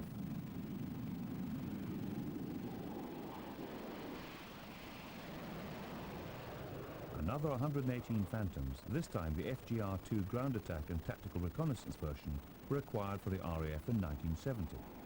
This continued until the arrival of the Setcat Jaguars in 1974, when the whole Phantom force reverted to air defence duties, replacing all but 2 squadrons of Lightnings in that role. Both variants of the Phantom formed an important part of the front line, up until the late 1980s.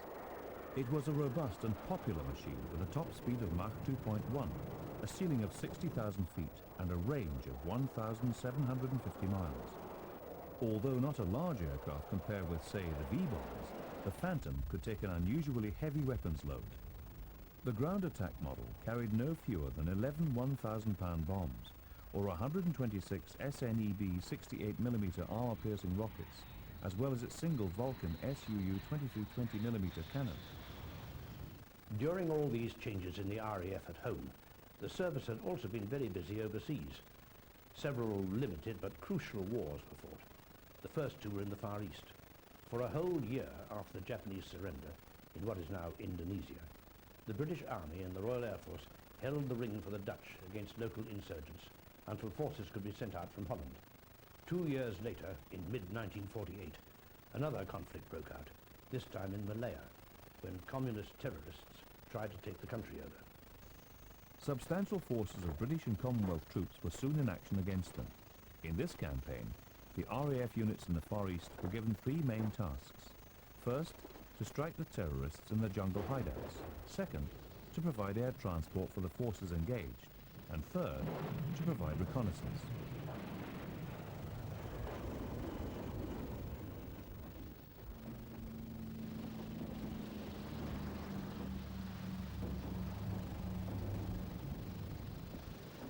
Bombing raids were made by Lincolns, but with only limited success due to the difficulty spotting the terrorists beneath the dense canopy of vegetation.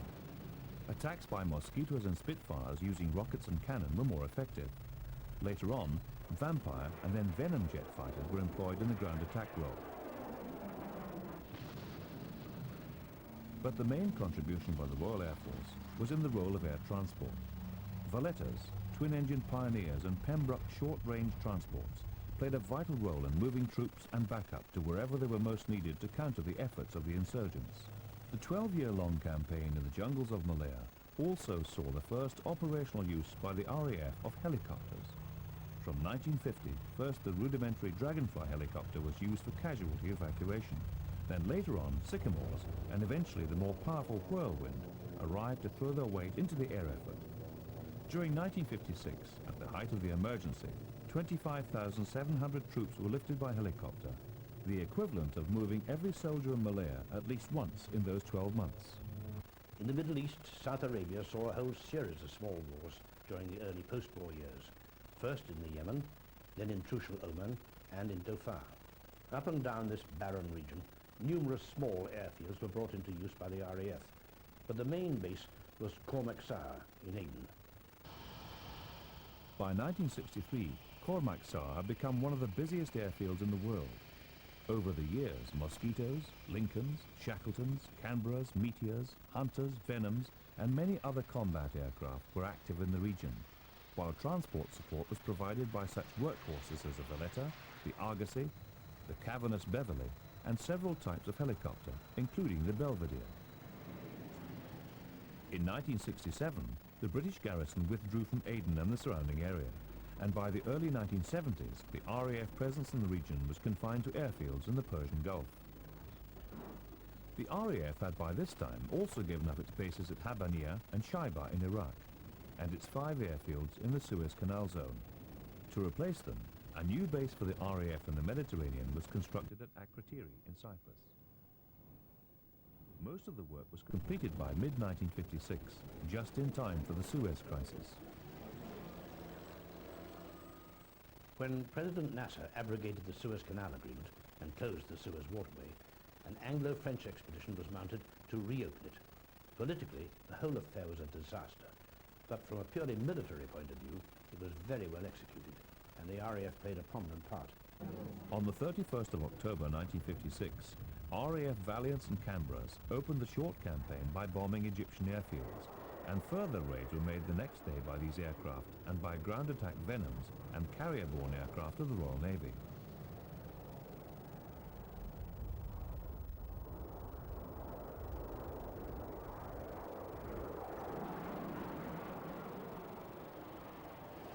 On the 5th of November, an airborne assault was made by 3 Para against Gamil airfield in Egypt.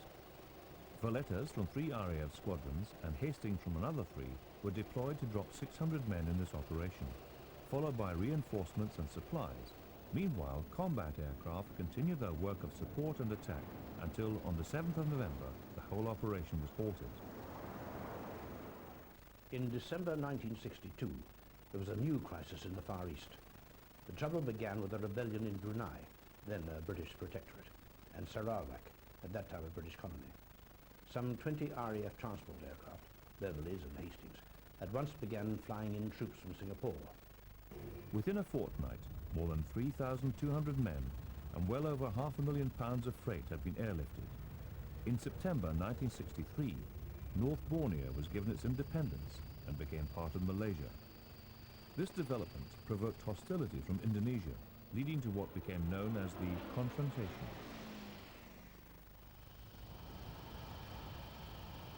For the next 3 years, RAF Canberras, Hunters and Javelins carried out a variety of combat missions over Borneo, Singapore and the Straits of Malacca, either in support of the ground forces or to deter Indonesia from escalating the crisis.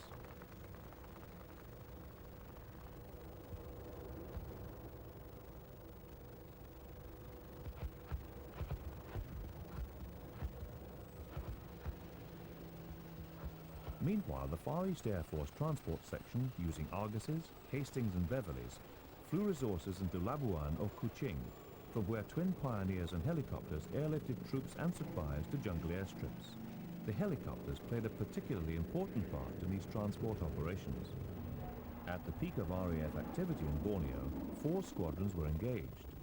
Throughout the confrontation, the main RAF base was at Labuan, where the airfield was rapidly expanded to take all the varied activity thrust upon it. At any one time, there could be up to 50 aircraft of 9 different types operating from this one base.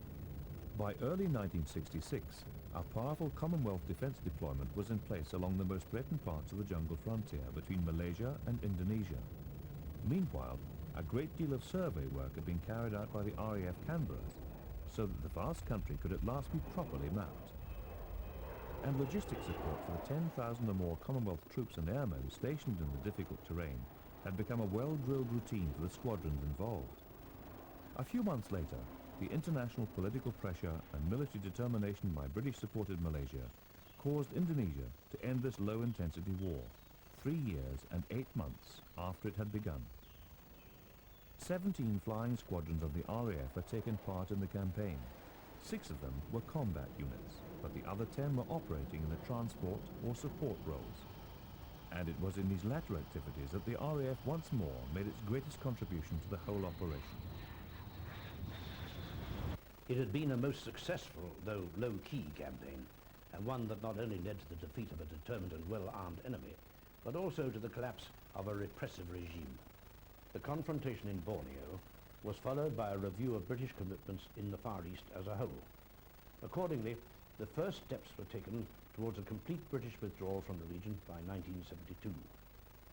Together with the earlier withdrawals from the Middle East, this meant that, except for small elements in Cyprus, Malta, Hong Kong and Belize, the Royal Air Force of the future was going to be concentrated in Europe and on its commitment to NATO. In Europe, the 1960s and 70s had seen more and more emphasis on operational efficiency in the use of conventional weapons in NATO and on the war-fighting ability of all RAF combat squadrons. This put more pressure on their peacetime activities. So in 1965, the Royal Air Force formed a dedicated aerobatic team, the famous Red Arrows.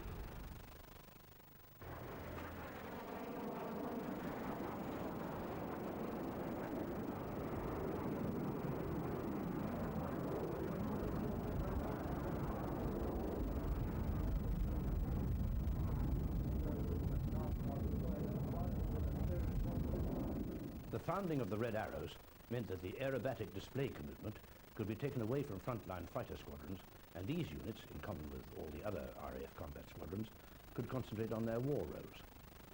Numerous exercises were by now being held on all RAF operational bases to improve their ability to survive under attack and to develop rapid reaction times. As part of this heightened operational readiness, by arrangement with the United States Air Force, detachments from RAF combat squadrons regularly flew to Nellis Air Force Base in Nevada, where they tested their tactical skills over the very extensive ranges nearby. These ranges were equipped with Soviet-type radars and with other defenses that even included Soviet-built interceptor aircraft, purchased for the purpose from countries in the Middle East. In these exercises, RAF crews gained invaluable experience in operating as quickly as possible to actual war conditions. In 1974, another important new aircraft joined the RAF front line. The Anglo-French Jaguar fighter bombers became operational with No. 54 Squadron. This aircraft went on to equip 8 frontline squadrons and is still in service now. It combines a Mach 1 capability at low level with an impressive weapon-carrying capacity.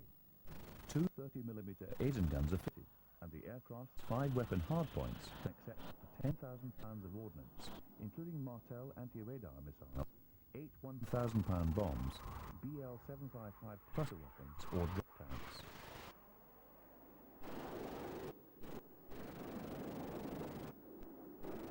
The Jaguar was developed and designed as a training aircraft under an Anglo-French agreement between the British Aircraft Corporation and the French company Breguet Aviation. The program for the Jaguar was headed by an independent company set up for the project, Sepicap.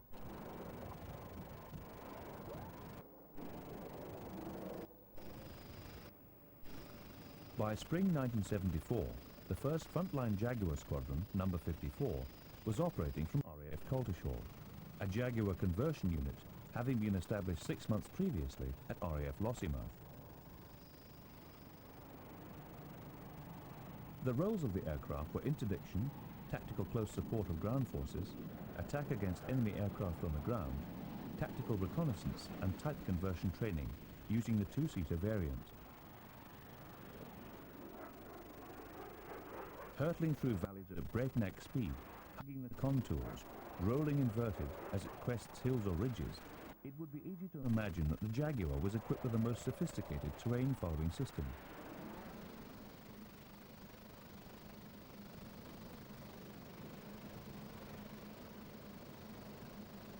In fact, the Jaguar has no radar at all, relying on pilot skill and a sophisticated inertial navigation and attack system to find its targets.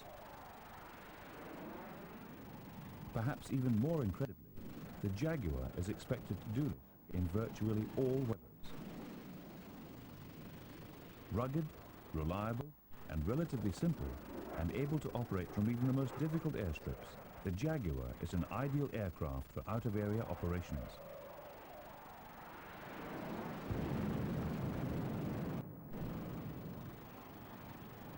The ruggedness of the airframe and undercarriage, combined with low-pressure tires, allow it to take off from fields or makeshift runways.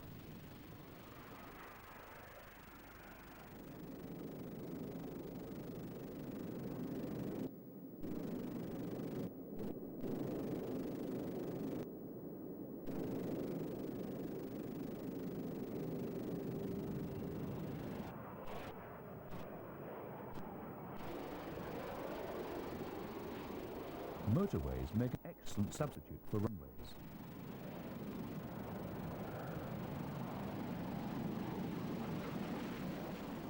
What makes the Jaguar so suited for these landing conditions is its low approach speed.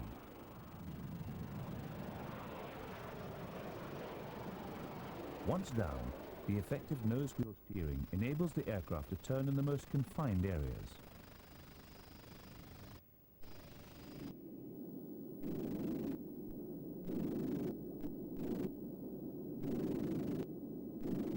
Since it was introduced into service over 20 years ago, the Jaguar has proved itself to be a highly potent attack aircraft, specializing in low-level, single-pass, high-speed sorties.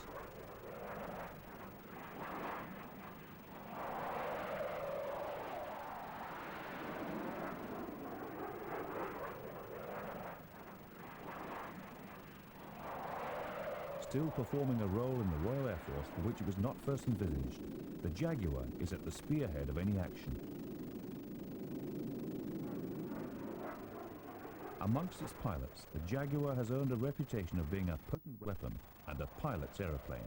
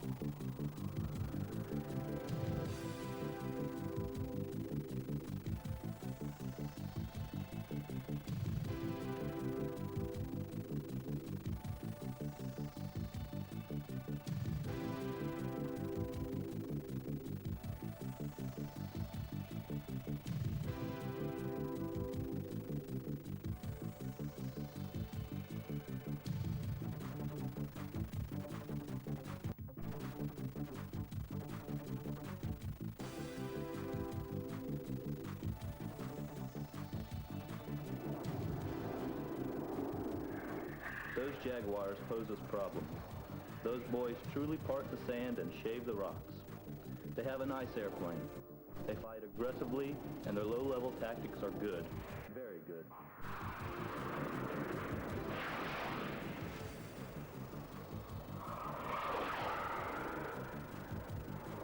They've got the hang of terrain masking their Jaguars. We find them hard to acquire visually, and when we do pick them up, they're sure no easy kill.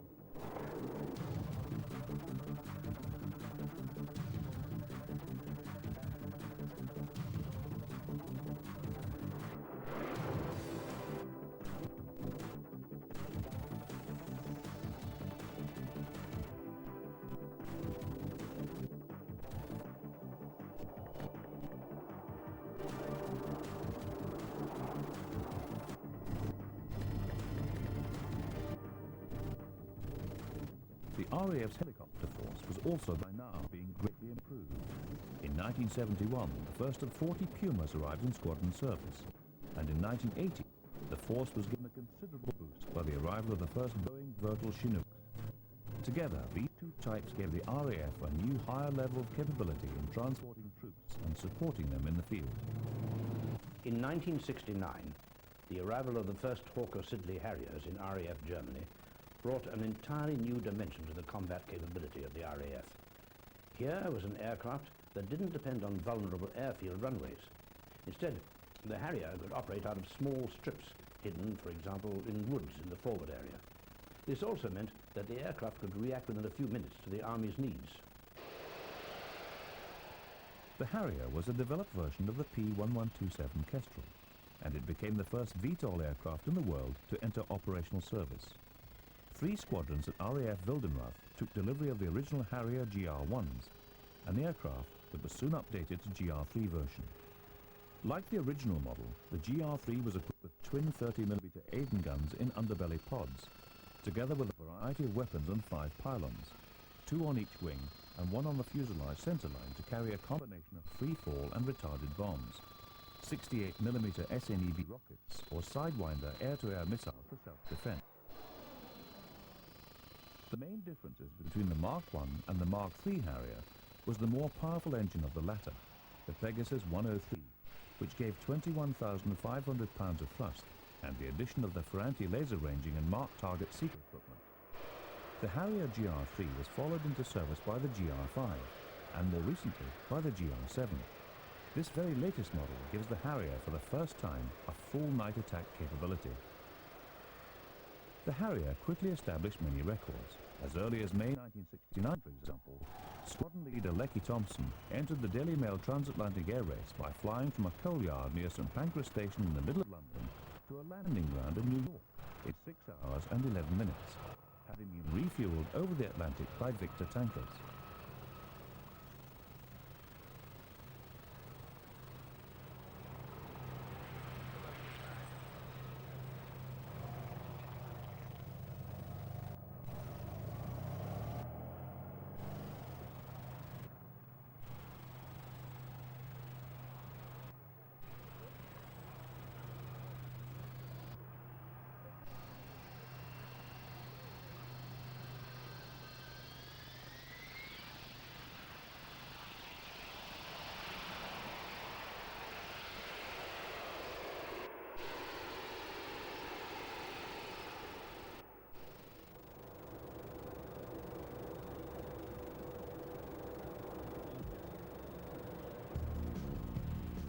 For many years now, the Harrier has been a familiar sight at air displays across the world.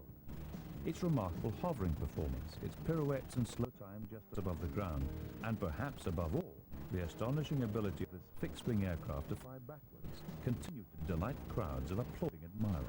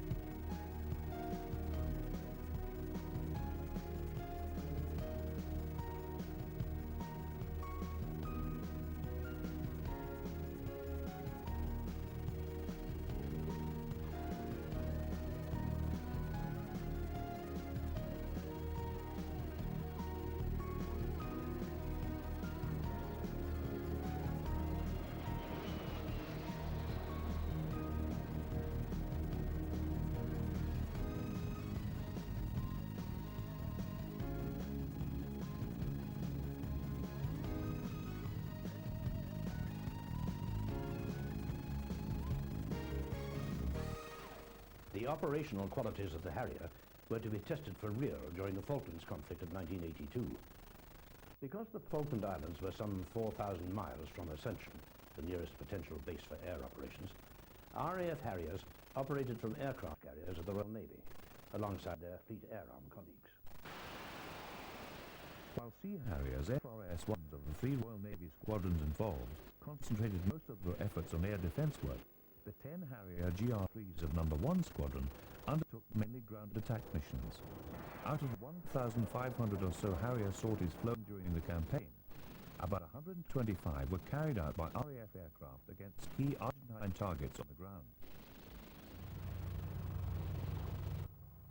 The extensive use of helicopters by all three services was another key feature of the Falklands conflict.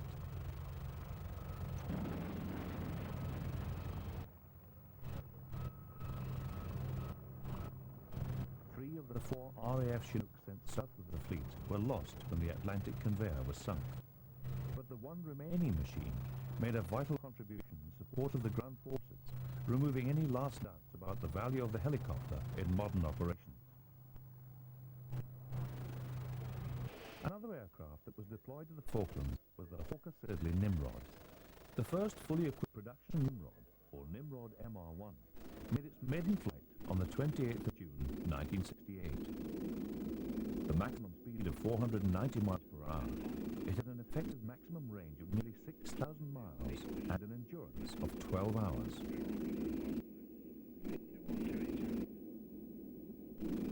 These statistics meant that the aircraft could travel more than 1,000 miles from its base, using a relatively high-speed dash.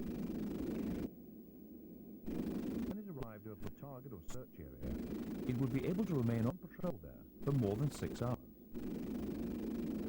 Another three MR1 development aircraft followed the first machine, and in the autumn of 1969, XV-230 became the first of a batch of 40 MR1s to enter service with the RAF.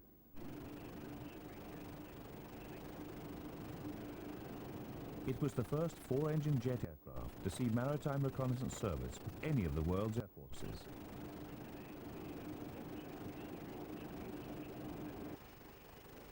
By the time the Nimrod entered service, the equipment it carried had come a long way from the apparatus used in the Second World War. As more complex and advanced systems became operational, the existing MR1s would be converted over a period of time to a new standard, known as the Nimrod MR2. After a quarter of a century and many thousands of flights involving all kinds of operations, only one Nimrod has ever been lost completely.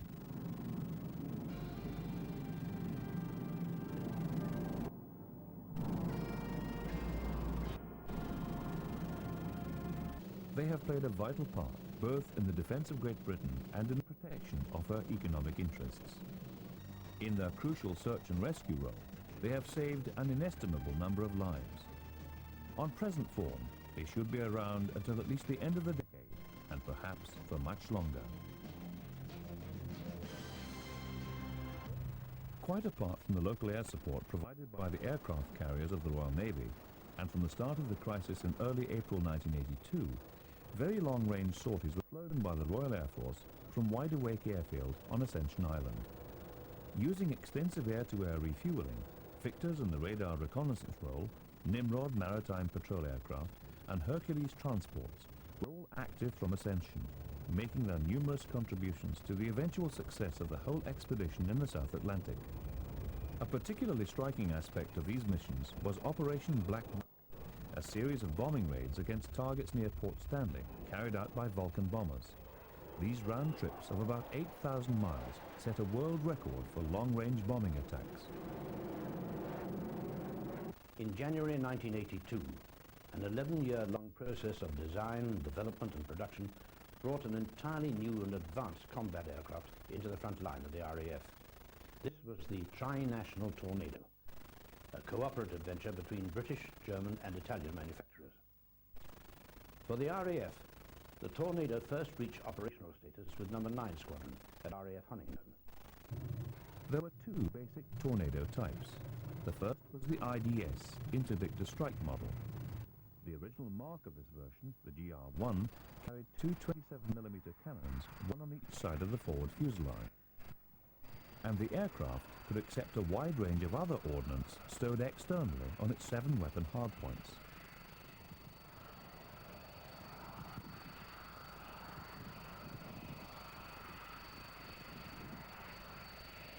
In fact, because of the specific role of the RAF Tornadoes in the central region of NATO, most of these aircraft were armed with the JP-233 anti-airfield weapon or with a tactical nuclear device.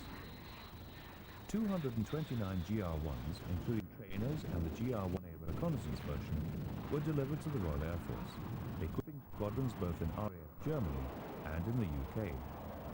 All GR-1s are optimized for very low-level penetration of hostile defences, being equipped with a self-contained navigation attack system, automatic terrain-following ground mapping radar, and an inertial navigation system.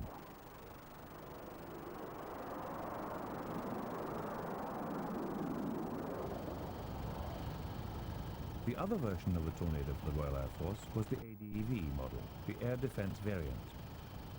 This became better known as the F Mark III. It was similar to the IDS model. It carried a multi-mode track-while scan pulse Doppler radar, and in addition to the standard 223mm cannon, it was armed with 4 Skyflash air-to-air missiles and 2 Sidewinders. With an operational ceiling of about 70,000 feet, the Tornado ADV makes an excellent interceptor, particularly when launched against high-flying intruders approaching from long ranges.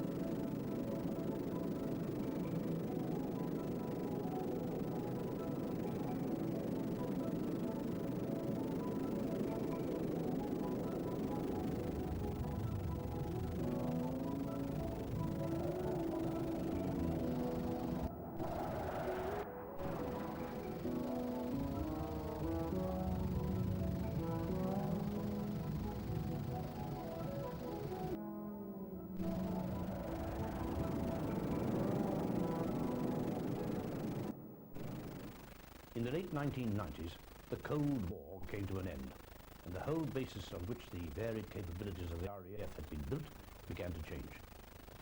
Over the years, many people believed that a new era of peace and international harmony had arrived, but it soon became clear that the threat to the West from the Warsaw Pact had simply been replaced by instability in many other parts of the world. In the Persian Gulf, instability became all-out aggression in August 1991, when Iraq invaded Kuwait. There was a massive international reaction in which the forces of 17 nations took part. Within 48 hours of the decision by the British government to contribute forces to the area, 12 Tornado F-3s had arrived in the theatre of operations and were combat ready. These first arrivals were soon followed by RAF Jaguars, Nimrods, Victor tankers, VC-10s, Tri-Stars, Hercules, and later on, Buccaneer aircraft.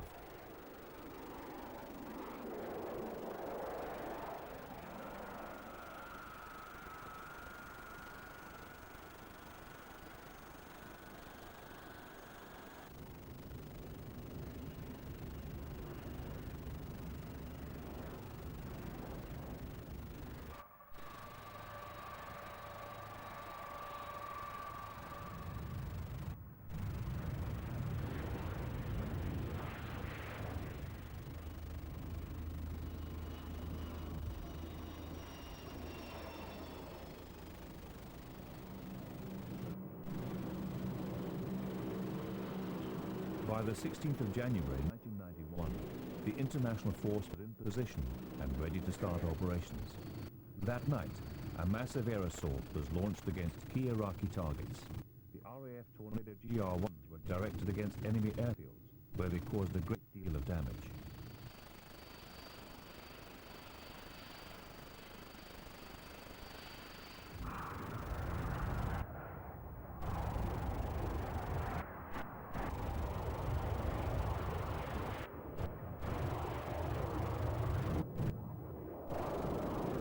Quickly became clear during these operations that the Iraqi Air Force was in complete disarray. And it was also found that the main threat to coalition aircraft came from anti-aircraft guns, not surface-to-air missiles.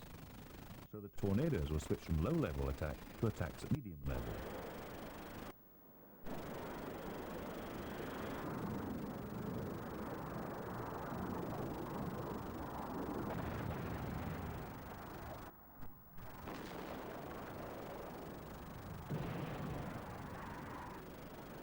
At the same time, fewer JP-233 anti-airfield weapons were employed, and more reliance was placed on conventional 1,000-pound bombs. At first, these were guided onto their target by paved spike laser systems. And then, because of the need to operate at night, by newly arrived TIAL, thermal imaging airborne laser designation pods. As the coalition offensive unfolded, Tornadoes and Jaguars attacked Iraqi transportation targets, bridges, supply depots, ammunition dumps, and other key features in the extensive enemy military infrastructure.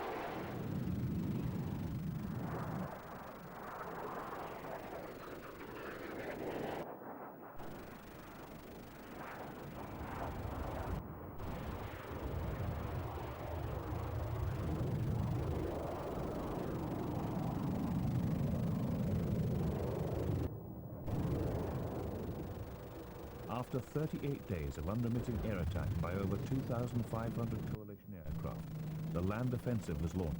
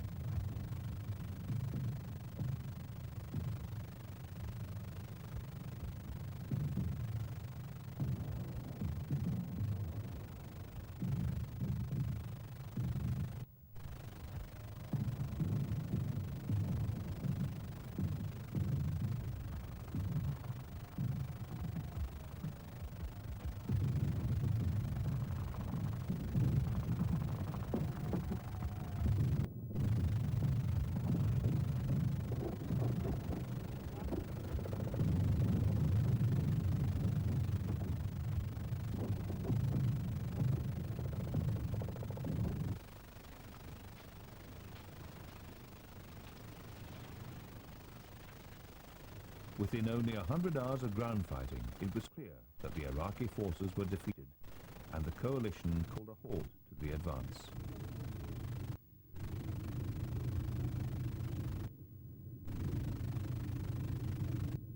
Of the 110,000 or so sorties launched by the coalition air forces, over 6,100 were flown by the Royal Air Force. Tornado GR-1s had flown around 1,500 sorties, Tornado GR-1A reconnaissance aircraft about 140, Jaguars around 600, and Buccaneers more than 200. On top of that, massive support had been provided by the tanker force, by the Nimrods, and by the transport squadrons of the RAF. By the end of the conflict, the transport force had carried 30,000 tons of freight and 66,000 passengers in over 12,500 sorties. The support helicopters of the RAF had meanwhile flown 2,358 sorties and had carried more than 1,261 tons of stores and 17,773 troops and prisoners of war.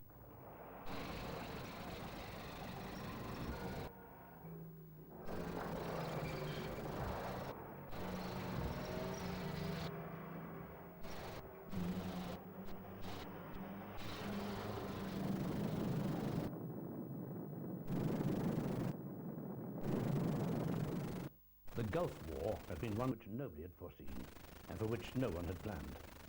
But it clearly showed how successfully air forces could react to the unexpected, and how their efforts could be redirected very rapidly to meet new threats. But combat was only one of the challenges for the Royal Air Force as the Cold War ended. Over the 7 decades or so since it was formed, the RAF has often flown humanitarian aid missions, most recently in Nepal and Somalia. Another challenge emerged in 1992, when an urgent need for this kind of aid from the air arose, much nearer home, in the disintegrating remains of what had been Yugoslavia. Starting in July 1992, and despite the threat of largely random aircraft fire from the ground, RAF Hercules transports flew frequent and often dangerous supply and evacuation missions into the airfield at Sarajevo.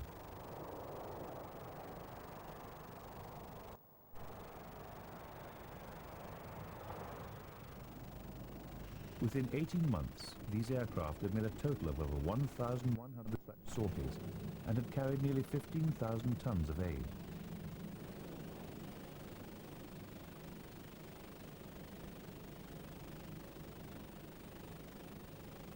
Since its maiden flight more than 40 years ago, the Lockheed Hercules has become one of the most successful aircraft of all time. Based on a design that can be tailored to suit an astonishing range of roles, it is equally at home in both the military and commercial environments. With an enormous load carrying capacity and an unrivaled reputation for economy, ruggedness and reliability, the C-130 has become the standard by which all other airlifters are judged.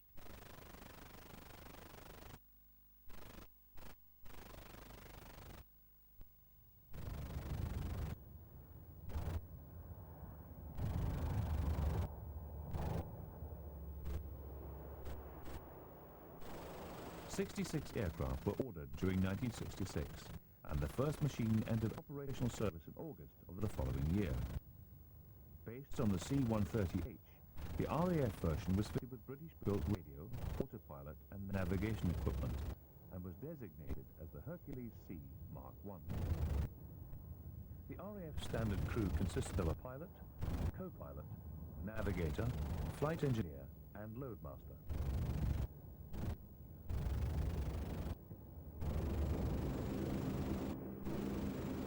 In the early 70s, 5 of Britain's 6 Hercules squadrons were based at RAF Lynham in Wiltshire, but nowadays the entire force of 60 aircraft is stationed there.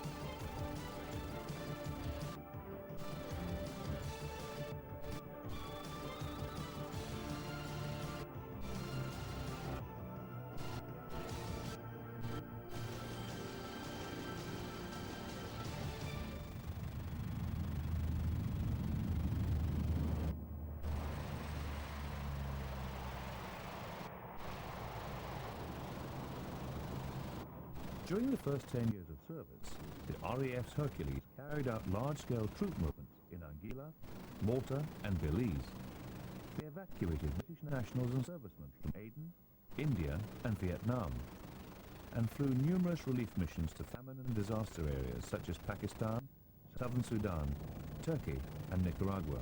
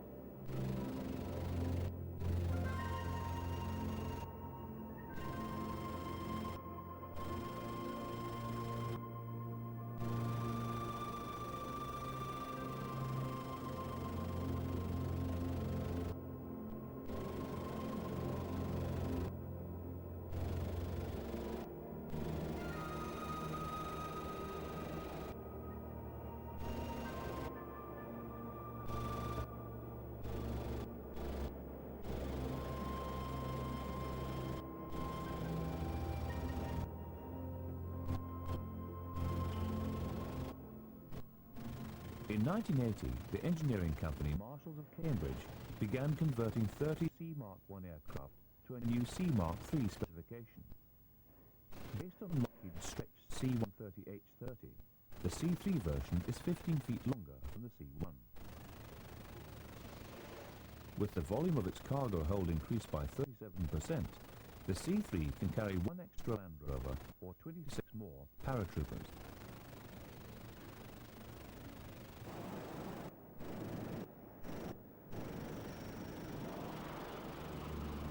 During 4 decades of continuous operation in almost every part of the globe, it has established itself as the #1 transport and the longest-serving large aeroplane in the world.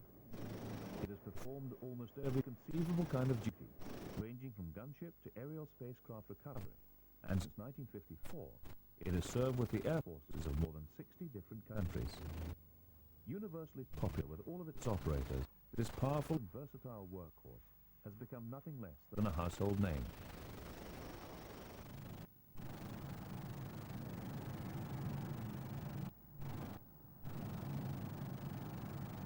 In support of the same international effort in the Balkans, Royal Air Force Sentry AEW-1 surveillance aircraft operated daily over the former Yugoslavia, while Nimrod maritime patrol aircraft scoured the nearby seas to help enforce the UN arms embargo and its economic sanctions.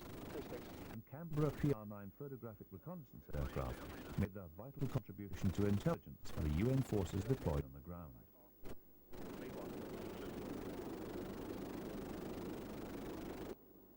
Not least in all this RAF air activity in and around the Balkans, from April 1993, 8 Tornado F-3 air interceptors were deployed to the NATO airbase at Goya de Col in Italy to help free the skies over the warring factions from each other's hostile air activity.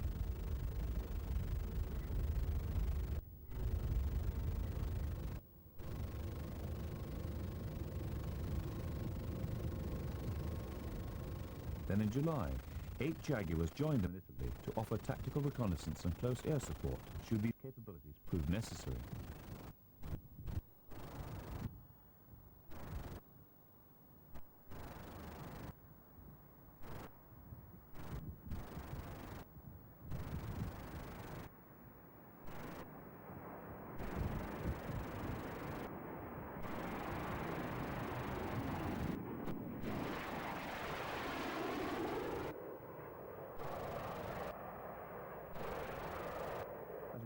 Maintaining this presence in the Balkans region, the Royal Air Force today also provides aircraft to enforce the no-fly zones over northern and southern Iraq.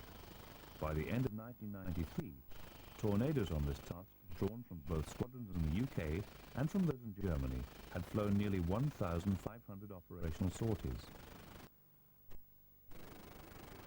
In the north of Iraq, Harrier GR7s of the RAF, which replaced the Jaguars originally assigned to the task, had meanwhile flown more than 1,000 reconnaissance missions in supporting the United Nations operations in that area. These relatively high-profile tasks tend to overshadow the more routine but essential tasks of the RAF. These include the day-to-day maintenance of strategic routes, training overseas, and support of ground and naval forces in several areas of the world.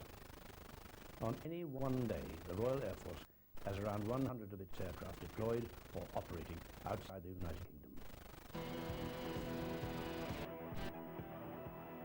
The RAF also maintains a round-the-clock, year-round search and rescue service, covering the United Kingdom and a large area of the surrounding seas.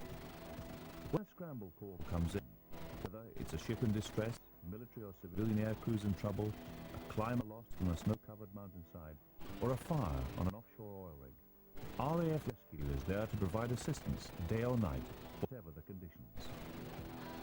The Royal Air Force Search and Rescue Organisation was established officially in February 1941, and since then it has been involved in the rescue of more than 50,000 people. In the early period of World War II, many priceless aircrew lives were being lost in crashed aircraft on both training and operational flights, because there was little in the way of resources or organisation to provide assistance.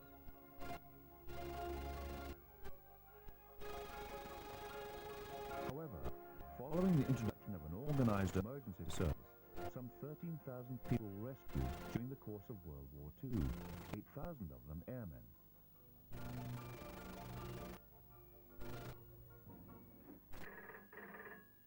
Since the 1950s and 1960s, the total of people assisted has been well over 1,000 annually. Hello, RTC. I'm ringing the bell. Yes, it's Scrambleberry. Yes, go ahead, old boy. The RAF reformed No. 22 Squadron in 1955, closely followed by 202 Squadron, both with helicopters with full search and rescue capability. Flights were stationed at or near an important RAF training station, and their task was to go to the aid of downed military air crews. However, they were soon involved in assisting civilians in trouble on land and sea. A distress call, and the Royal Air Force swings into action. A role they have continued ever since, and which accounts for 95% of all calls for assistance. The helicopter crews look on this task as very useful additional training to hone their skills for dealing with service and civilian aircrew incidents. During daylight hours, the helicopter crews are required to be airborne within 15 minutes and within 45 minutes at night.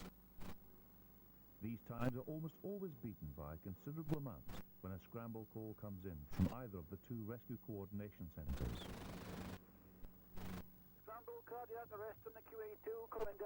Backing up the RAF helicopters are Royal Navy and Coast Guard helicopters at a further 6 bases. This is Queen Elizabeth II.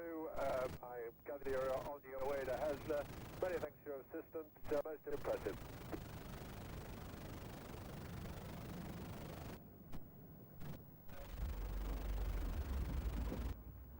And RAF mountain rescue teams, manned by a small number of permanent staff and supported by around 30 volunteers at 6 RAF stations.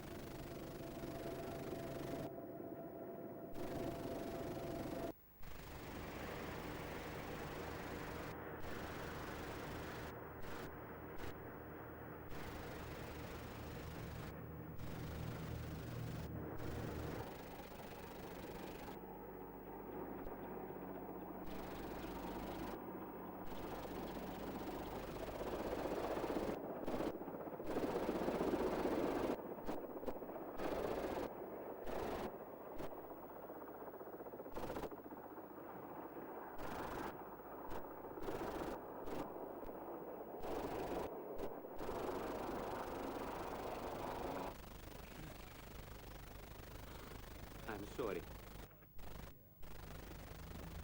Big waves. I didn't believe to save, to survive. I didn't believe. I'm not first time on sea, but I didn't believe. Maybe first God help us, and after the others. Thank you.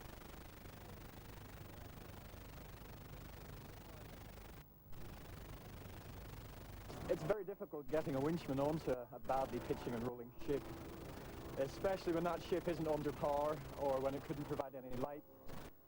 We also use techniques which involve quite a lot of cooperation from the crew, and with it being a Russian crew, they found it very difficult to understand just what we were trying to do.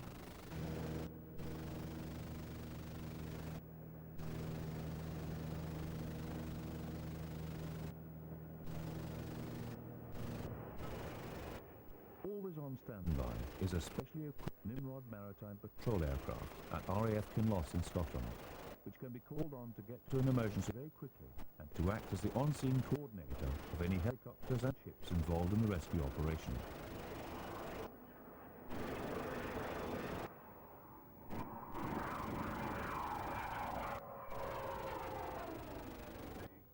The situation is that the platform is completely on fire from sea level to top.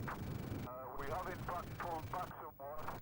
The structure is collapsing and it is total fire. We are continuing to spray water on it. One of the standby vessels has reported having 25 casualties, which includes 3 serious burns and 1 injury. We wish to get rid of our non-essentials so that we can handle these casualties when we bring them on board.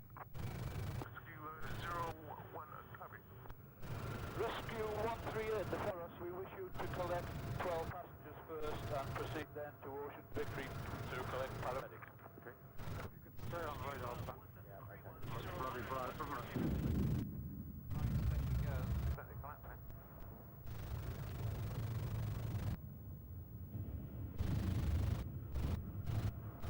Rescue 138, are we clear to close and land on your holiday?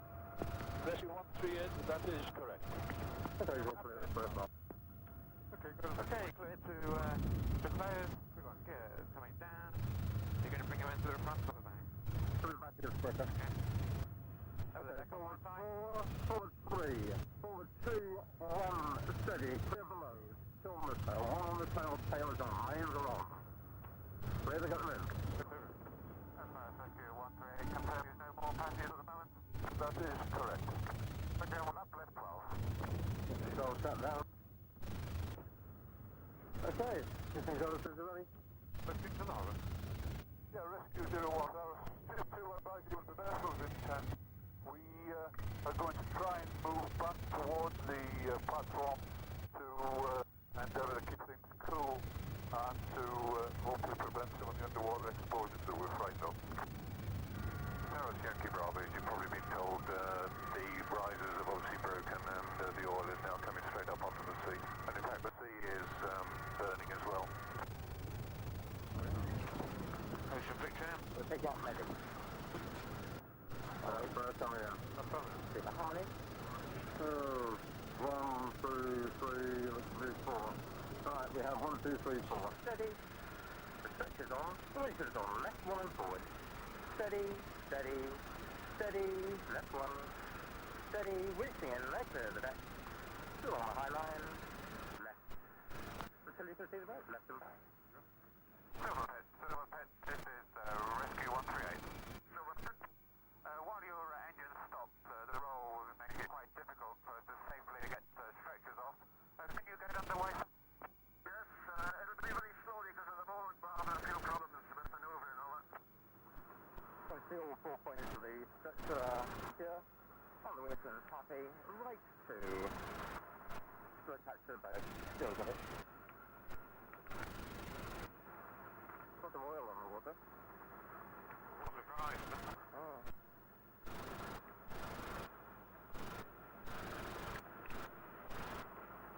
Only another few yards now. That's clear, but you said move forward.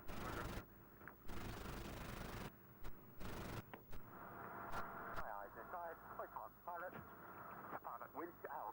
Out. Winch out. Winch out. Winch in. Lovely, that's all on board. They're above, behind, up and away. Just confirm we've got 3 on board? Yep. Okay. Okay, how far are we going to take you guys? We're just going to the Tyrol again. What's doing the fine fighting? Okay. Not a lot we can do.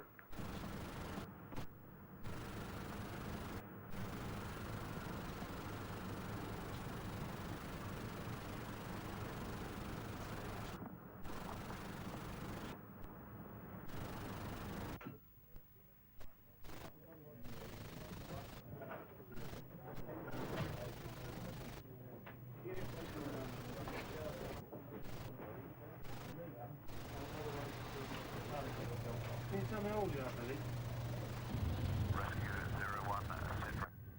Brig is now believed to be emitting hydrogen sulfide, and there is a high probability of an underwater explosion. There is heavy smoke and flames spreading to the north of the rig. This is Rescue 01. Many awards and commendations for bravery have gone to men serving on search and rescue duties. Most notably, 5 George Medals, 1 posthumous, for exceptional courage and skill shown during rescue operations.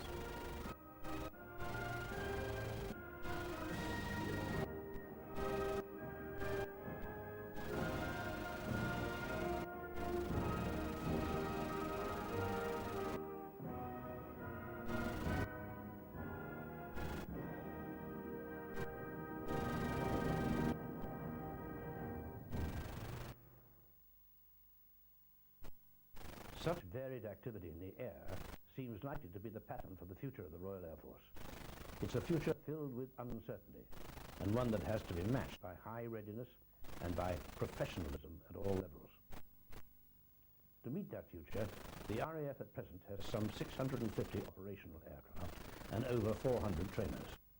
Its capabilities include air interception, maritime reconnaissance, anti-submarine warfare, attacks on shipping, strategic reconnaissance, strategic and tactical transport, helicopter support for the Army, and ground defense of our airfields by the RAF regiment.